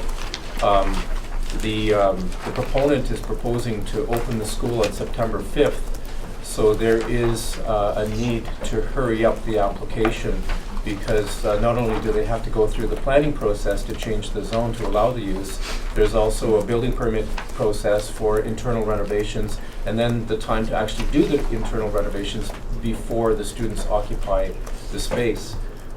So staff, in working with the proponent, are finding ways of how we can shorten the planning process. One of them is to ask for permission at this committee meeting to advertise for a public meeting, and then to bring it to a public meeting under the Planning Act at the next available meeting, which is council in May. And from there, we can shorten the process by about a month's time. So that's the reason for being here and the reason for the request. Thank you, Doug. Questions or comments? Deputy Mayor Fulcher. Thank you. Sounds new and different, but I'm just wondering if you have any more information than what you have in here, if it can be circulated to council, just so we're a little more informed. This is the first kind of hearing of it. Please. The proponent is, the investment is from China, and our understanding is that the students would be grade 9 and 10 high school students from China. It is something that is not new to the province. They have opened schools in other municipalities in the province, particularly the GTA. One of the reasons that they're focusing on Wasaga Beach is a lot of these schools, as they've explained to us, occur within commercial plazas in a very urban area. And they decidedly want to provide the experience of Wasaga Beach and Southern Georgian Bay to these students. And The proponents are familiar. They've vacationed in Wasaga Beach and in the area before. They understand that the trail systems are here, the beach, the kayaking, there's skiing in the wintertime. So that's specifically the environment that they want to put the students in. They have discussed with us that there's potentially a long-term plan to actually build a high school within Wasaga Beach, but at this point we're just trying to help them out with establishing a small space. I believe they're looking at between 20 and 40 students in the first year. I don't think they've fleshed that out to a solid number at this point. Thank you, Doug. Another question? Councillor, sorry, Deputy Mayor Byfolchi? Thanks. So maybe just some of those examples could be sent to us just so we can get more familiar with it, just because it looks like we're going to be rushing through with it, so I don't want to see it held up. Great. Other questions or comments? Councillor Smith? Thank you, Worship. Just through you to Doug. The subject lands, I'm very confused as I know you've given us the attachment. It's a giant tiger building, is that what that is? Okay. That's correct, Your Worship. It's the former giant tiger space beside the post office. Great. Good to see that space filled up as well. Any other questions or comments? All right, I'll read the question. Moved by Councillor Stockwell, second by Deputy Mayor Byfolchi. Resolved that Committee of the Whole of Council recommends to Council that Council hold a public meeting pursuant to the requirement of the Planning Act to obtain public and agency input with regards to the application to amend comprehensive zoning bylaw submitted by 2336543 Ontario Limited for lands legally described as Lot 57, Block D, Plan 674, Lot 94, 95, 97, 98, and part of Lot 996, Plan 837, located at 818 Mosley Street in the town of Wasaga Beach. Madam Deputy Clerk? Thank you, Your Worship. With the motion having been read, we'll call for the vote. Councillor Belanger? In favor? Deputy Mayor Byfolchi? In favor? Councillor Bray? In favor? Councillor Eagle? In favor? Councillor Smith? In favor. Councillor Stockwell? In favor. Mayor Smith? In favor. The vote is 7 in favor and 0 opposed. The motion is carried. All right, thank you very much, Doug. Moving on to the Water Pollution Control Plan Administration Building Proposed Addition. I think this is our Director of Public Works. Welcome, Kevin. Have a seat. Good afternoon, Worship. Would you like me to speak to it? Certainly. The information is within Another your pretty face. report. The Ontario Clean Water Agency would like Council's authorization to move forward with a building addition within the administrative offices there at the Water Pollution Control Plant. It's the current footprint from the original installation and construction, and they've got additional staff now that they require the additional space. In fact, they're currently using the lunchroom as staging for some office space. So they've explored some options and deemed the most feasible opportunity for them is to look at expanding that site, and they cover the cost associated with that. The town, long term, the contract with Aqua goes until 2025, so beyond that, if are not selected as our operating authority beyond that, certainly the town would inherit that asset, and it does after construction, but we don't see those operating and maintenance costs to be considerable. And nobody wanted the corner office in the plant? There's a few people that have been designated that office, but Thank you, Kevin. Questions or comments for the Director? Councillor Belanger? They'll guarantee another perfect audit next year with this extra space. I hope so. They've done a pretty good, darn good job. Work towards that. All right, it's moved by Councillor Stockwell, seconded by Deputy Mayor Byfolchi. Resolved the Committee of the Whole does hereby recommend to Council that the proposed building addition to the Water Pollution Control Plant administrative offices be approved subject to appropriate permits and approvals, and further that all costs associated with the building addition, including but not limited to permit fees, detailed design, contract administration, and construction shall be borne by the Ontario Clean Water Agency, ACWA. Madam Deputy Clerk? Thank you, Your Worship. With the motion having been read, we'll call for the vote. Councillor Belanger? In favor? Deputy Mayor Byfolchi? In favor? Councillor Bray? In favor? Councillor Eagle? In favor? Councillor Smith? In favor. Councillor Stockwell? In favor. Mayor Smith? In favor? The vote is 7 in favor and 0 opposed. The motion is carried. Thank you very much. Thank you very much, Kevin. Moving on to item 5N, Canada Day event approval. Joshua, welcome. Your Worship. Where's yours, sir? Excellent. So this report was brought to community service section of coordinating committee last week.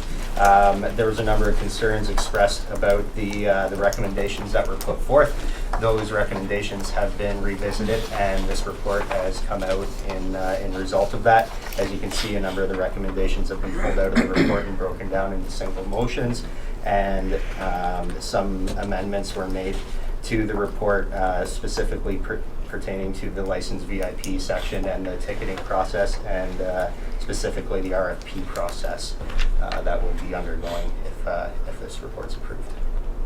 Thank you very much, Josh. Any questions or comments for Josh?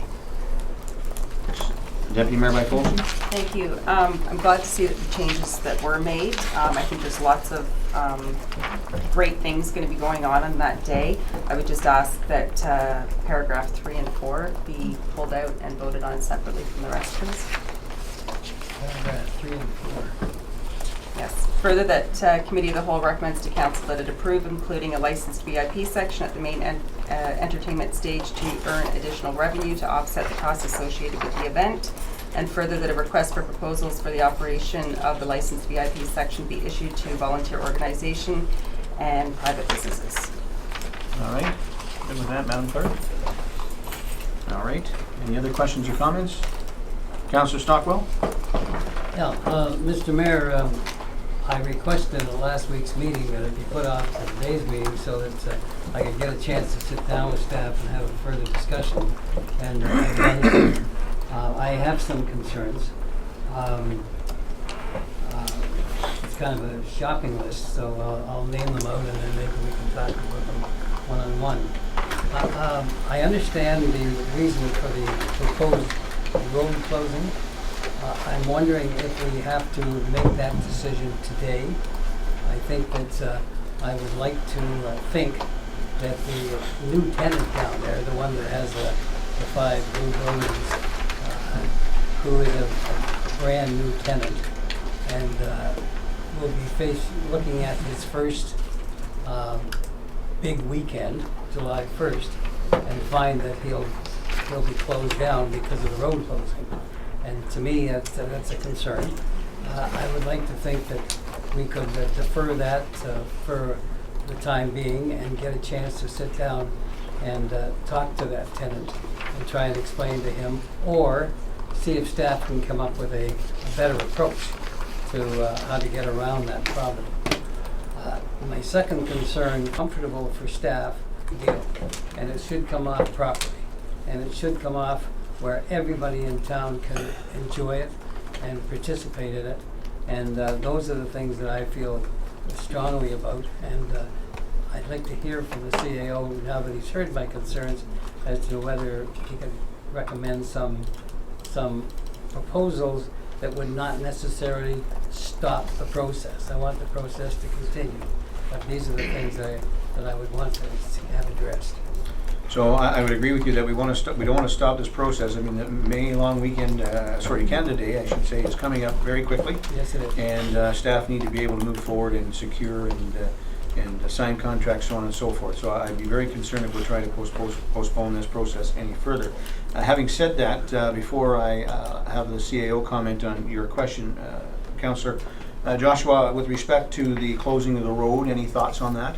Absolutely. I think there's some options we can explore where we don't have to close the road down. So right now, the reason for the road closure was to provide some space down at the beachfront for our bouncy castles and children's activities and the buskers and that kind of thing. Potentially moving the venue for that into Playland Park Square, and relying on some of the entertainment that's taking place in the Main Street Market that day might be a really good fit and allow for some more pedestrian traffic to travel back and forth across the beachfront, and it'd be a good opportunity for some of the other businesses to get more exposure that day. To spread this event out more amongst the whole beachfront? That's right. Right, and then the second part was, forgive me, The Councillor. licensed area?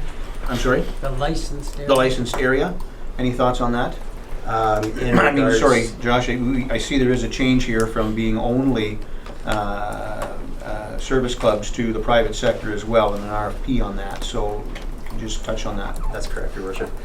So I think Councillor Bray and Deputy Mayor Mike Fulci touched on that last meeting, that there was some concerns about either service clubs being ready and able to take on the responsibility of a beer garden this size and of this significance, and that it might be a good idea to allow private businesses to submit an RFP for this. So I think I've heard that, and that will be included in the RFP process. And I think with their licenses and establishment knowledge in that area, they would be a really good fit to submit some proposals for that. So you're comfortable with both of those explanations, Councillor? Yes. So we can move forward there. Councillor Bray? Yeah, with regards to the licensed VIP section, I guess I'm really struggling with having a free concert for all of the town and then saying, hey, 1,400 people can have right up front. Because if it's a beer garden and there's tables and chairs, for 1,400, that's a huge, it's not like Blues Fest where there's a little bit off to the side. This is 1,400 tickets we're hoping to sell for $35,000.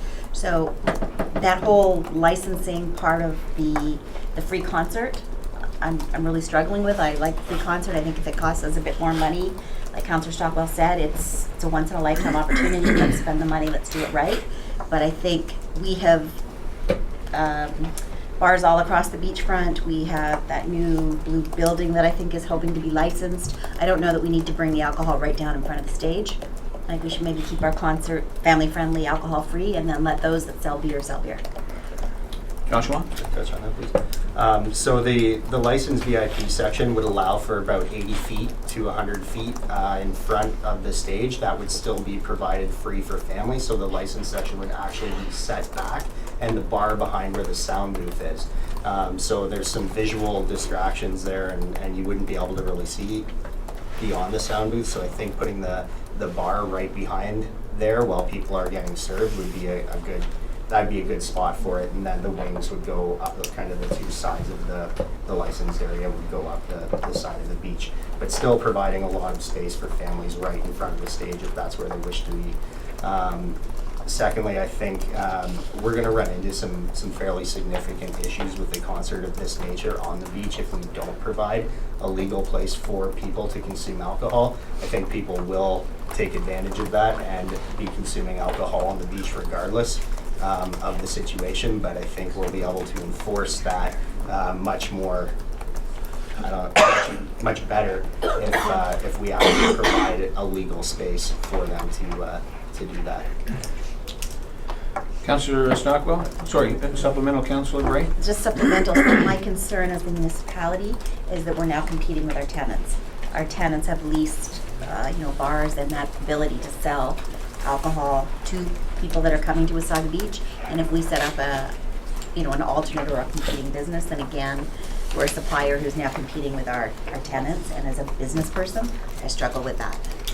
But so if I understand it, this beer tent, or beer garden will only be open during the event, correct? That's correct. So sorry, Josh. So these particular customers they're not going to be able to go to the Dard or to Bananas or to Copa or to the Sandbar and buy a drink and bring it to this area anyway. No. Right? No. Okay, Josh, did you want to touch more on that? The last call for this area is proposed to be at 11:30 p.m. So that would clear out the VIP section by midnight.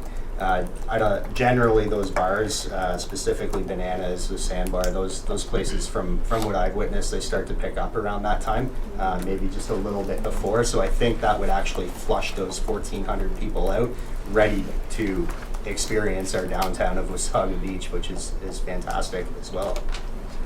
Councillor Belanger? Yeah, thank you, Worship. Josh, I'm assuming, given the nature of this headliner and everything else, that the volume of people that we believe would be in attendance would far exceed the maximum capacity of all of the bars that are currently on the beachfront? Yes, sir. So the licensed area is really a requirement to serve the volume of people that are going to attend this event. Councillor Stockwell? Yes, Mr. Mayor, through you, just a thought that I guess the other way of looking after our present tenants is that we could go and put a specific RFP, if you will, to those people and say, you are licensed now, would you consider running this? And if you would, what kind of a deal could you give us? I don't think that would hurt. It might get interesting, and at the end of the day, it might work very well. The other thing I was mentioned earlier, that for this type of a show, I don't see seating, really. I think everybody's going to be standing up, and they're going to, if they have beer in their hands or a drink in their hands, as long as they're in the confined area, security will whoever runs it has to have the security. Security will demand that the following rules be carried and covered, and if they're not, they're going to be shown the door.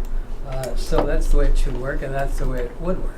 So I think there's that opportunity, not to bypass our people already, but give them an opportunity to put a proposal forward, and it would be up to staff, with council's approval, to accept whatever they recommend to be the best deal. All right. Mr. Cielo, I'm going to give you the opportunity now to answer Councillor Stockwell's question with respect to the reserve fund. Thank you, Your Worship. Yes, what Councillor Stockwell is referring to is a contingency, just in case that there's a shortfall. And so from that standpoint, it would just be that council would approve the event and provide for a contingency that would be taken from the budget at the appropriate time. We don't know. We're hopeful that it'll be a positive event and everything will be in the black, but there are factors that occur that are sometimes beyond our control, and to have a contingency and to ensure that we're putting on a first-class show, I think is a wise approach. I would just suggest that perhaps just leave it as a contingency to be used if required and to be funded through the budget upon the recommendation of the treasurer. And where in the budget would you suggest we take that, council initiatives or? Thank you, Mr. Chair. Just with respect to at this particular point, because we don't know if it's going to be required, I think that at the time when after the event is concluded, there's different options. That's one option in terms of the operating budget. There may be other options as well, and we can cover that off after the event. I think it's more dealing with the principle that a contingency will be made available to this event if it is required, and to a maximum. And I can't recall the figure that was proposed. I would think 25,000 on top of what we've already committed. I have a question. Okay, go ahead, Councillor. To you, Mr. Mayor, to the CEO. So what you're recommending is that it be a contingency and could be released upon the authority of the treasurer. Thank you. Yes, that obviously with this type of thing, if there was a contingency that would be required, certainly that it would go through the normal process in terms of releasing the funds. But committee would be made aware that this is what the event, this was the revenue, this was the expenditure, and we're going to have to draw on the contingency, and it's this amount, and this is where we're going to take the funding from. So there would be a report that would come forward back to committee. I'm just thinking of timing. As we get closer to July 1, the days get shorter. And dealing with a deal like this, decisions have to be made on site. And if somebody in the organization, and the treasurer is great, could say, I've got the authority to release X number of dollars, then that is the way it should be. Mr. Chair, I think if the committee is clear in the motion that they want to provide a $25,000 contingency and authorize the treasurer, then that's all the authority that staff require. Deputy Mayor Byfolsey? Thank you. I'm just curious. There are certain things happening here. If you look at it, you can say maybe we don't sell as many VIP tickets or whatever. So if we don't get 35, we might only get 25. So that's 10 that would come from this. So are we opening this contingency up to any new plans or new ideas that would maybe come up between now and then? Or is this just if we don't make it? Because really, what else is there that we could maybe not meet as far as our targets for funding? So what I'm understanding from you, Councillor, it's going to be your motion here. So as there's nothing new added, it's everything that is here today, only if we do not meet the target on what is here today. Is that correct? That's my thinking, yes. And I would point out that as much as we feel, staff feels confident that the sound system is gonna work, I would like to have a backup, because I know what it's like to deal with this type of a show. And the entertainers come and they look at the sound system and they say, I'm not going on. I'm not going to go on with the sound system. You miss this, you miss that, you miss the other, and it becomes negotiating all over again. But I got to tell you, because I've had it, when you've got 25,000 people sitting in the stands waiting to have the lead act come out, and he's sitting in his hotel down at the Royal York saying, I'm not going on until you do this, you have to be able to move. And I don't want to see staff stuck into that situation. So to be clear, this is not a fund for staff to go and add or make this a bigger, better event. This is simply a contingency fund that they can draw on providing there's an issue with the current plan in place. To meet the obligations. Deputy Mayor Byfolsey. Thank you, and I'm assuming that staff have spoken to this company who does concerts all the time, and they are comfortable with what you have in here and what you're bringing to town. Yes. Josh? So the actual production proposal that's single sourced in here, when the equipment that's coming to us was purchased, and Tim Hicks actually took that equipment out on his first tour. So we are getting his tour equipment coming to us on the beach. Okay, Yes. so that shouldn't be Yes. an issue. So putting all of that aside, because Tim has said that's great equipment, I can work with that. The Yeah. only other thing that we would really be looking at is the VIP ticket sales. Is that correct? And the fundraising, yes. So the fundraising target, sponsorship, we don't have that yet? No, we don't have that. We don't have approval for the overall budget to move forward yet. So once that is in place, I do have a fundraising team put together that's ready to hit the ground running. So we've had meetings and plans are in place to begin that process. You're looking for your approval first? Yes. All right.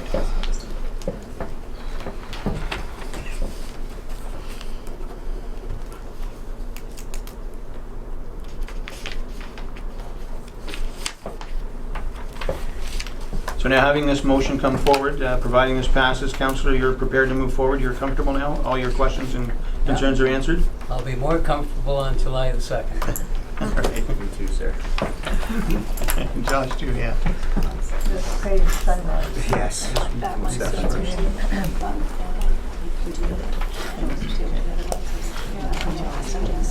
Thank you. If there's no other questions or comments, I'll read the motions. Canada Day event approval moved by Councillor Stockwell and seconded by Councillor Belanger.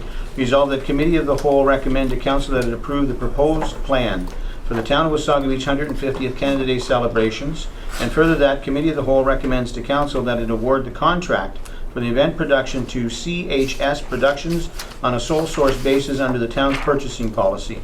Items 3 and 4 have been separated out. Item 5, and further that Committee of the Whole recommends to Council that it approve an increase of the budget from $145,000 to $148,000, and further that Committee of the Whole recommends to Council that it approve the closure of Beach Drive from 2nd to 3rd Street on July 1st, 2017 from 6 a.m. to 11:59 p.m. and on July 2nd from 12 a.m.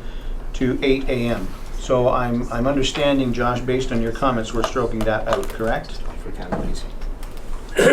Madam Clerk, so the staff have said we can take this out.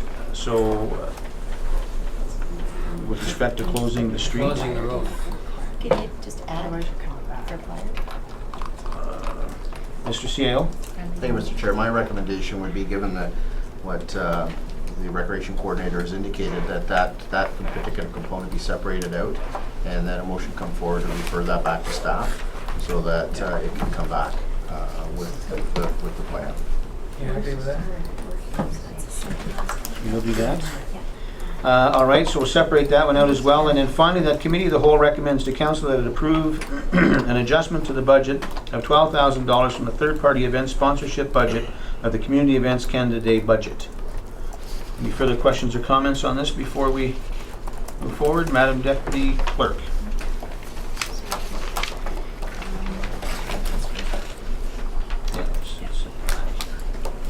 motion having been read, your worship will call for the vote. Councillor Belanger? In favor? Deputy Mayor Byfolchi? In favor? Councillor Bray? In favor? Councillor Ego? In favor? Councillor Smith? In favor. Councillor Stockwell? In favor. Mayor Smith? In favor? The vote is 7 in favor and 0 opposed. That motion is carried. All right, thank you. And then moving on to the first item that was removed and made separate, moved by Councillor Belanger, seconded by Councillor Stockwell, resolved that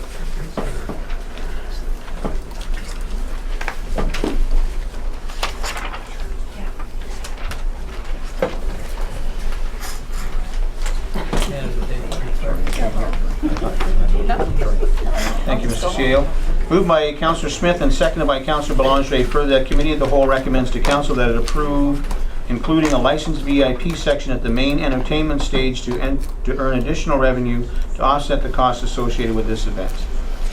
Madam Deputy Clerk. With that motion having been read, your worship, we'll call for the vote. Councillor Belanger? In favor? Deputy Mayor Byfolchi? Sorry, did you have 3 and 4 together on that one? No, it's separate. Same difference. Oh, okay. You want I me had to read asked it for again? them, well, no, it doesn't matter. I did ask for them to be together. It doesn't matter. We can do them separately, but So it's just the first one then. sure. In favor. Sorry, opposed. Now I'm just totally confused. Councillor Bray? Opposed. Councillor Ego? In favor? Councillor Smith? In favor. Councillor Stockwell? Favor. Mayor Smith? In favor. The vote is 5 in favor and 2 opposed. The motion is carried. We're now moving on to the second item, separated, moved by Councillor Smith, seconded by Councillor Belanger, and further that a request for proposal for the operation of a licensed VIP section be issued to volunteer organizations and private businesses. Madam Deputy Clerk. With that motion having been read, your worship, we'll call for the vote. Councillor Belanger? In favor? Deputy Mayor Byfolchi? Opposed. Councillor Bray? Opposed. Councillor Ego? In favor? Councillor Smith? In favor. Councillor Stockwell? Opposed. Mayor Smith? In favor. The vote is 4 in favor and 3 opposed. The motion is carried. All right. Now, do we have that other? Thank you. It is moved by Councillor Smith and seconded by Councillor Belanger, and further that Committee of the Whole recommends to Council that it refer to the closure of Beach Drive from 2nd Street to 3rd Street on July 1st, 2017 from 6 a.m. to 11:59 p.m. and on July 2nd from 12 a.m. to 8 a.m. back to staff for further review. Questions or comments? Councillor Smith. Yes, I just wondered, that is 12 a.m. till 8 a.m. in the morning, correct? So that, I'm just trying to get clear why it was 11:59, but it's really just rolls over till the next day. It's just the separate dates. That's all. All right. Madam Deputy Clerk. With the motion having been read, your worship, we'll call for the vote. Councillor Belanger? In favor? Deputy Mayor Byfolchi? In favor. Councillor Bray? In favor? Councillor Ego? In favor? Councillor Smith? In favor. Councillor Stockwell? Favor. Mayor Smith? In favor. The vote is 7 in favor and 0 opposed. The motion is carried. We now have a separate resolution moved by Councillor Stockwell and seconded by Councillor Ego, and further that Committee of the Whole recommends to Council that a contingency fund in the amount of $25,000 maximum for the use, if required, for the 2017 Canada Day event, with the funds being taken from the 2017 budget from an account to be determined following the event at the discretion of the Treasurer. Questions or comments? Councillor Bray? Just a question. If throughout the process the VIP ticket sales or the fundraising doesn't come in at $45,000 and we've set our contingency at 25, do we cancel the event because we're short of money? Or should we leave that contingency open-ended because the event needs to go ahead, whatever the cost, whether it's sound, whether it's lack of fundraising, whether it's lack of ticket sales? So I think we're putting that contingency in there. Should it be open-ended with the CAO's approval? Now, if you cancel this event, I'm leaving town, so. I would not get canceled. You're running over Josh on the way by. So I guess what you're saying here, correct me if I'm wrong, is should the contingency fund not include both of the two items that are in question?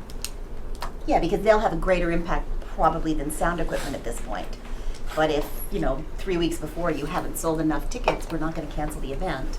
So let's, You go with what you got. yeah, So are you proposing a friendly amendment here, just Councillor? remove the amount maybe? If You removed the amount, it's now wide open. $1 million, That means you're buying. I'm in it. No, but there is a budget for the event. Gonna have a hell of a party there, guys. It's gonna be a hell of a Councillor Belanger? You know, obviously, we would still like a high motivation for us to achieve the original target. So I would say that 25,000 based on the full amounts is reasonable, and that for any reason leading up to the event, that if we do not believe that's adequate, we could revisit it, but you know, in an emergency case. But I certainly wouldn't want anyone to think that we don't need the fundraising and we don't need to sell some tickets. You know, so. So next, we do have a CAL meeting. The CEO was just pointing out we do have a CAL meeting on June the 20th, so we should have a pretty darn good idea by then. In which time, if we need to make an adjustment, we could. Would you be comfortable with that? All right, then having read the motion, Madam Deputy Clerk. Thank you, Your Worship. With the motion having been read, we'll call for the vote. Councillor Belanger? In favor? Deputy Mayor Byfolchi? Councillor Bray? In favor? Councillor Ego? In favor. Councillor Smith? in favor. Councillor Stockwell? In favor. Mayor Smith? In favor. The vote is 7 in favor and 0 opposed. The motion is carried. Thank you, Madam Deputy Clerk. Moving on to item 5O, Canada Day free parking request. Is this yours as well, Josh? Yes, sir. So in the past, we've been, council's been very generous with providing free parking for all of our community events. I think we've seen some great impact on a number of the events, including Memories of Summer, Waterfront Fest, and previous Canada Days as a result of this free parking. And I'm just requesting that that we continue with this tradition and open up our municipal lots in the main end for the public and tourists to come experience our event. All right, questions or comments? Councillor Bray? Just a comment, and I'm not opposed to free parking. I just wonder if we're expecting 25,000 people, where they're going to park. Is there like shuttles planned, or you know, are we going to encourage our residents to bike or walk, hike, carpool? Because it's a lot more people than even you know, an electric elements would host. So, just a concern. Josh? I think there are some options to provide different parking areas around the municipality. Obviously, Town Hall's a great venue for that. And we do have a number of private parking areas that are open up Mosley Street as well. I haven't visited a contingency plan for you know, running a shuttle from the sports park or anything like that yet, but it is something that we could investigate for further parking demands. Thank you. No room at Grandma's Beach Street? Not that weekend. All right. Any other questions or comments? Seeing none? Moved by Councillor Belanger, seconded by Councillor Stockwell. Resolved that Committee of the Whole recommend to Council that it approve the request to provide free parking in all Beach Area 1 and 2 municipal lots during July 1st, 2017 from 9 a.m. to 11:59 p.m. to correspond with the Town of Wasaga Beach Canada Day celebrations. Madam Deputy Clerk? Thank you, Your Worship. With the motion having been read, we'll call for the vote. Councillor Belanger? In favor? Deputy Mayor Byfolchi? In favor? Councillor Bray? In favor?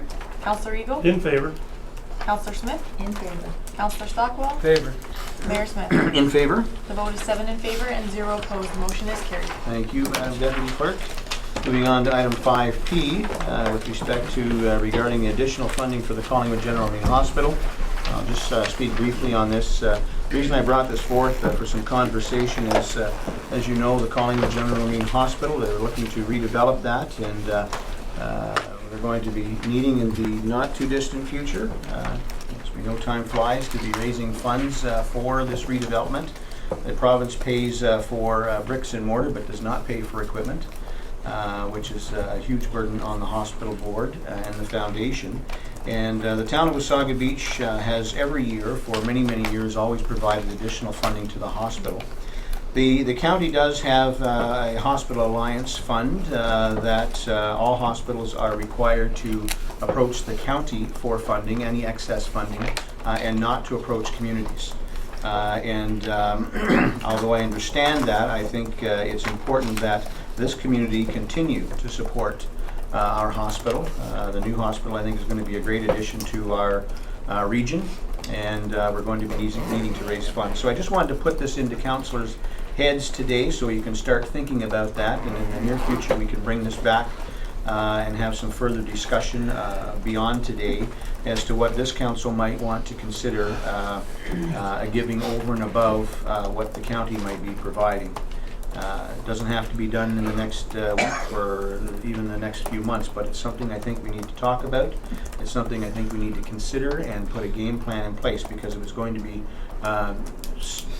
millions of dollars, we're going to have to budget for that, and I think it would be prudent for us to look at that. So I'll open the floor to any questions or comments, or Deputy Mayor Byfolds, you want to add to that? Sure, thank you. I think it might be helpful if through the CAO we could get maybe some costing on certain equipment or anything like that, and then council and maybe the community as a whole can look at what we want to maybe target. We could do something like that. That's a good idea. Thank you, Deputy Mayor Byfolds. Councillor Eagle? Yes, Mr. Mayor, I'm sorry, maybe I misunderstood you, but when you spoke to this before, I was under the understanding that the hospital was not to come to the municipalities, that it was all through the county. That's correct. It is correct. And the So, hospital has not come to us. I want to be clear on that. I understand that, but what I don't understand is here we are stepping in when the funding is being supplied by the county. So we're going over and above that? That's correct. Just as much as Clearview, I believe Clearview Township, Deputy Mayor, I'm going to look to you to correct me if I'm wrong here, if you're aware. Clearview Township has already passed, I believe, a motion that they will give funding over and above what the county is providing or will provide to the hospital for the redevelopment. I think Blue Mountain is looking at that in the not too distant future. I would assume Collingwood will be asked to look at that as well. Not asked, but Collingwood may probably look at that, and we should look at that as well. Mr. CAO?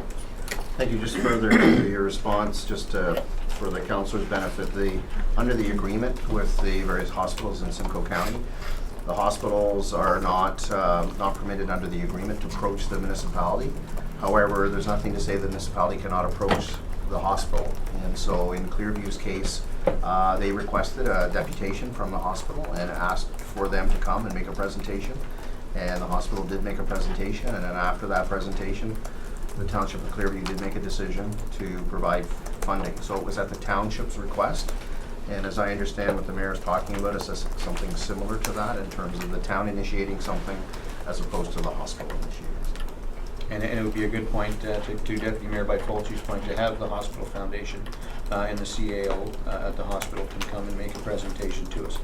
I want to get that out here now, so we're starting to digest that and think about it. So as we move forward and have that type of presentation come forward, that we'll be hopefully in the right mindset to consider that. Councillor Smith? That's fine. CO answered my question. Thank you. Councillor Stockwell? Mr. Mayor, I don't want to rain on anybody's parade, but we have had this thought in mind over the last number of months when we were bidding for the hospital. And we even gave them a free site, and they chose to go elsewhere. I strongly believe that there's a need for medical care in this community for an after-hours clinic. And we've had that on our work board, and I know there's a committee of council working on that, and every now and then I get some good vibes from it.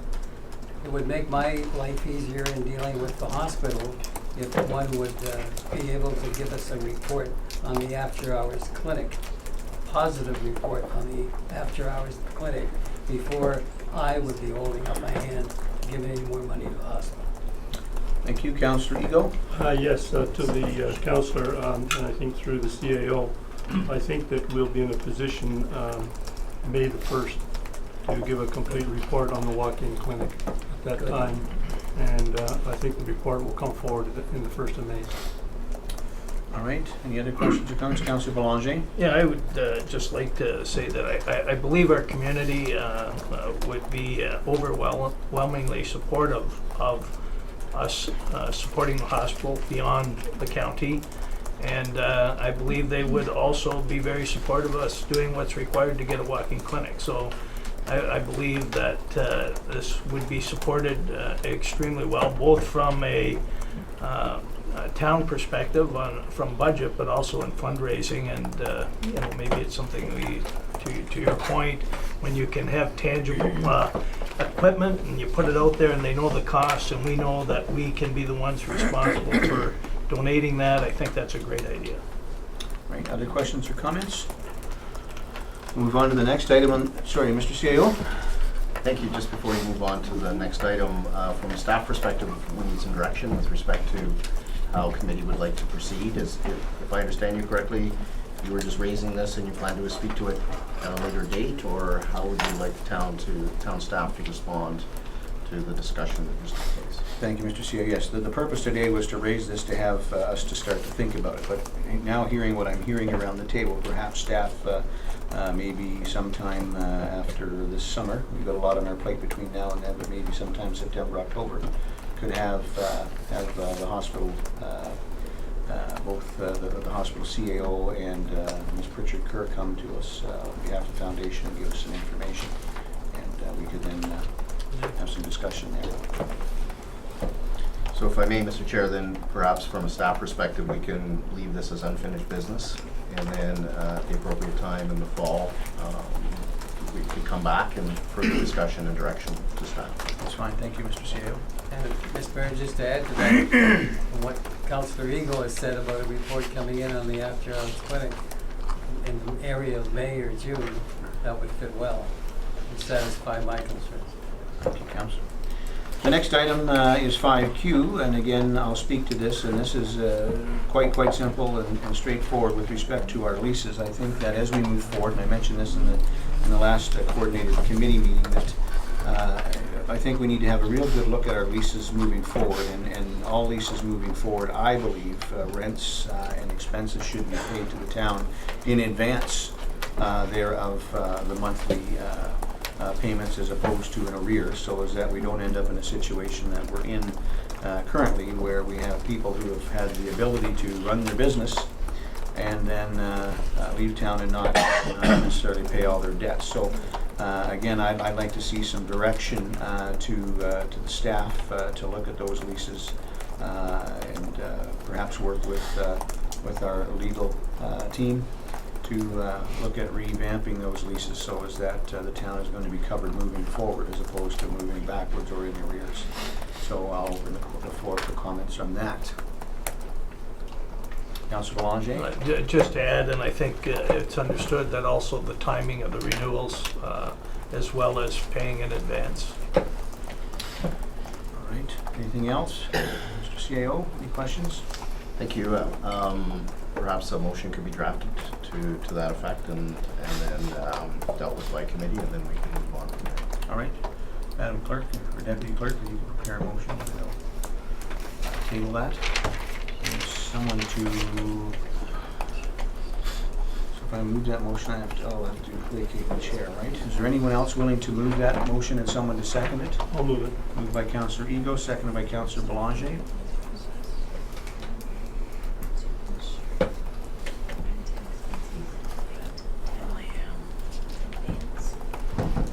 So, Mr. Chair, and then I think staff are going to be preparing the actual hard copy, but I think if you have a mover and a seconder, if you just basically read out the request there, that would be sufficient. And if you wanted to add the wording that Councillor Belanger added, you could include that as well. Should you copy this? To that Councillor Belanger's point to timing of meetings as well.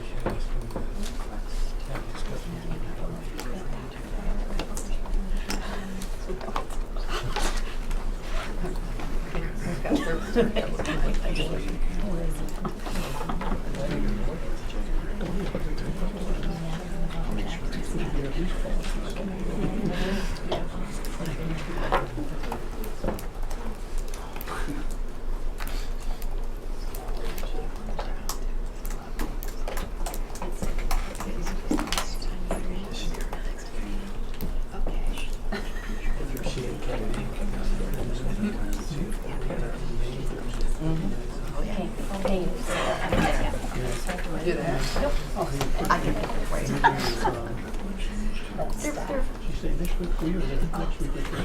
Oh, It's just gotta be ratified by the doctor. Oh, they will.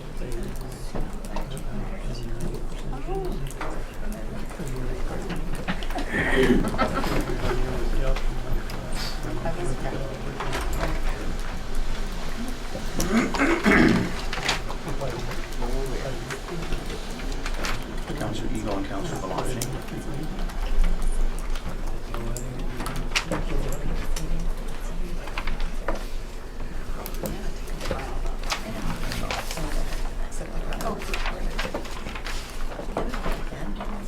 All right, we have a motion moved by Councillor Eagle, seconded by Councillor Belanger. Further, that Committee of the Whole recommends to Council that staff prepare a report with respect to any future leases and related rent policies and how rent is paid going forward, looking at paying in advance. And further, that Committee of the Whole recommends to Council that said report include references to timing of renewals.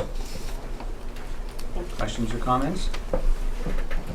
Seeing, sorry, Councillor Bray? Just a comment, I think if staff were to go back through the minutes, they would see some concerns that were raised when we were discussing the different leases.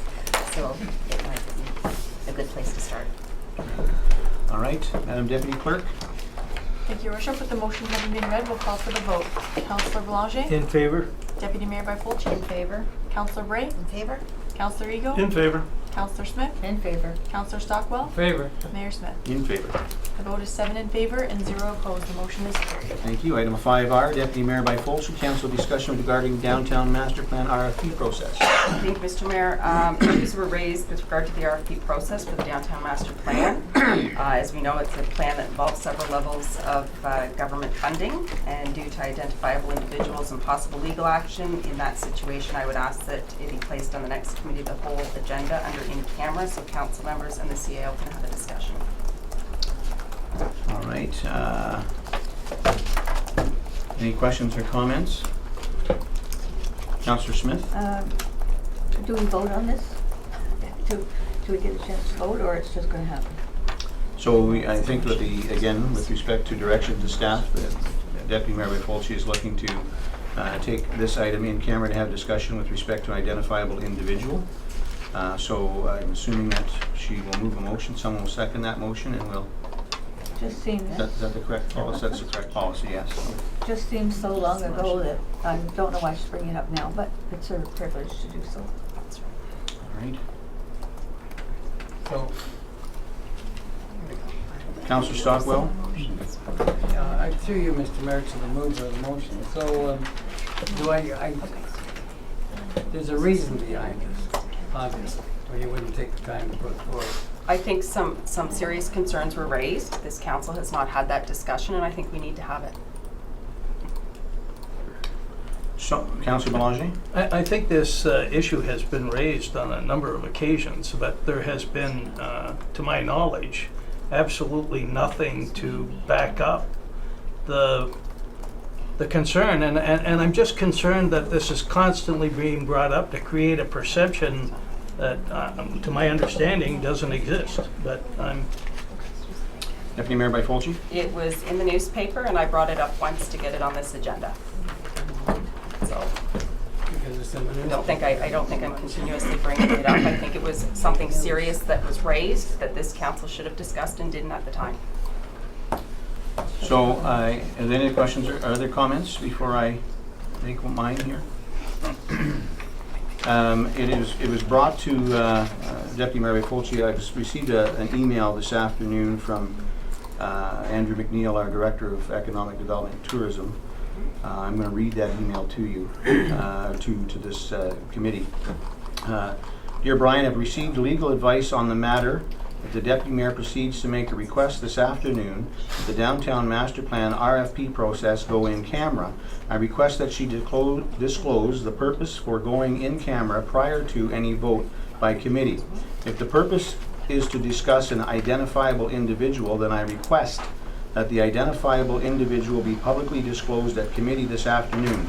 If the Deputy Mayor publicly states that I am not the identifiable individual that she would like to discuss, then I have no concerns. Thank you, Andrew McNeil. Yeah.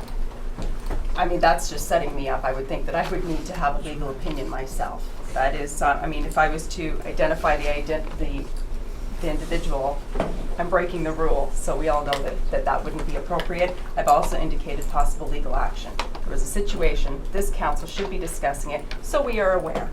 That's it. Thank you, and I understand that, Deputy Mayor, I'm reading as I was asked to do this, so. So, Councillor Stockwell?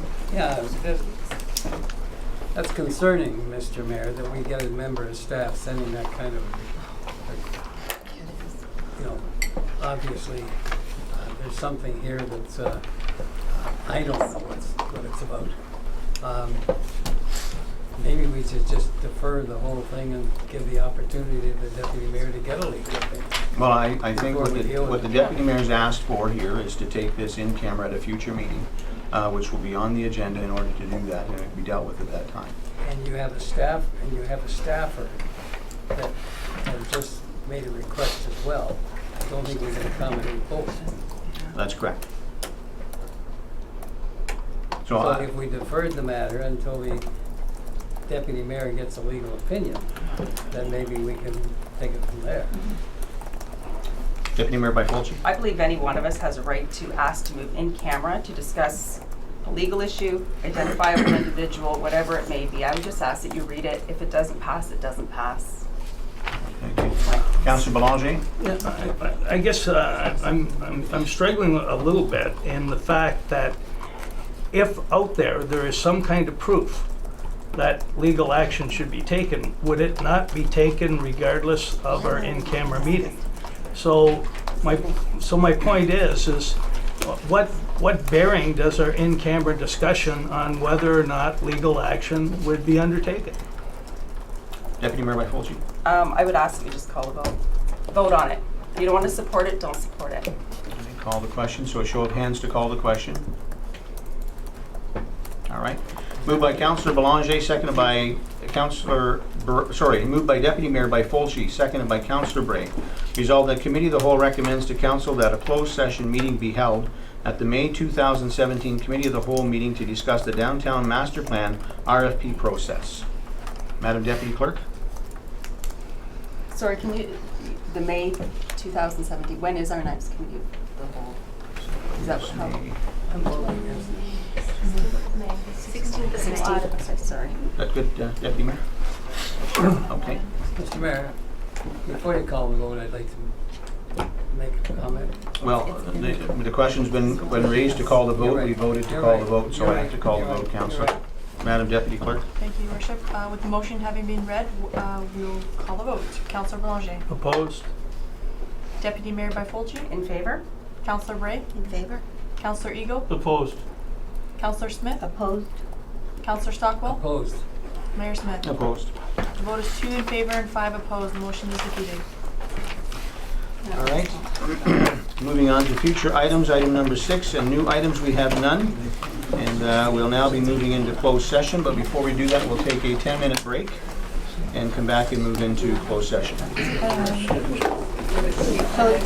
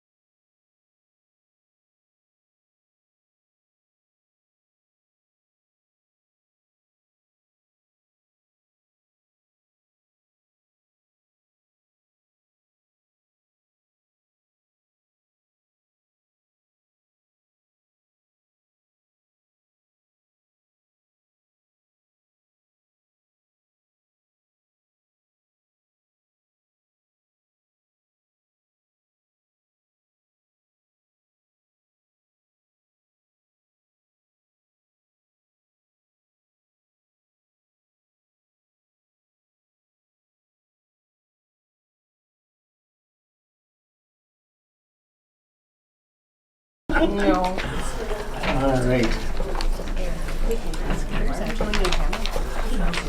All right, I have a motion moved by Councillor Stockwell, seconded by Deputy Mayor by Folger, resolved that pursuant to Section 239 of the Municipal Act 2001 as amended, the next portion of the Committee of the Whole of April 18, 2017 be closed to the public to receive advice that is subject to solicitor-client privilege and the potential disposition of land by the municipality. Any questions or comments? Madam Deputy Clerk? The motion having been read, we'll call for the vote. Councillor Boulanger? In favor? Deputy Mayor Byfolchi? In favor. Councillor Bray? In favor? Councillor Eagle? In favor. Councillor Smith? In favor. Councillor Stockwell? In favor. Mayor Smith? In favor? The vote is 7 in favor and 0 opposed. The motion is carried. Thank you, Madam Deputy Clerk. And we'll now open the table to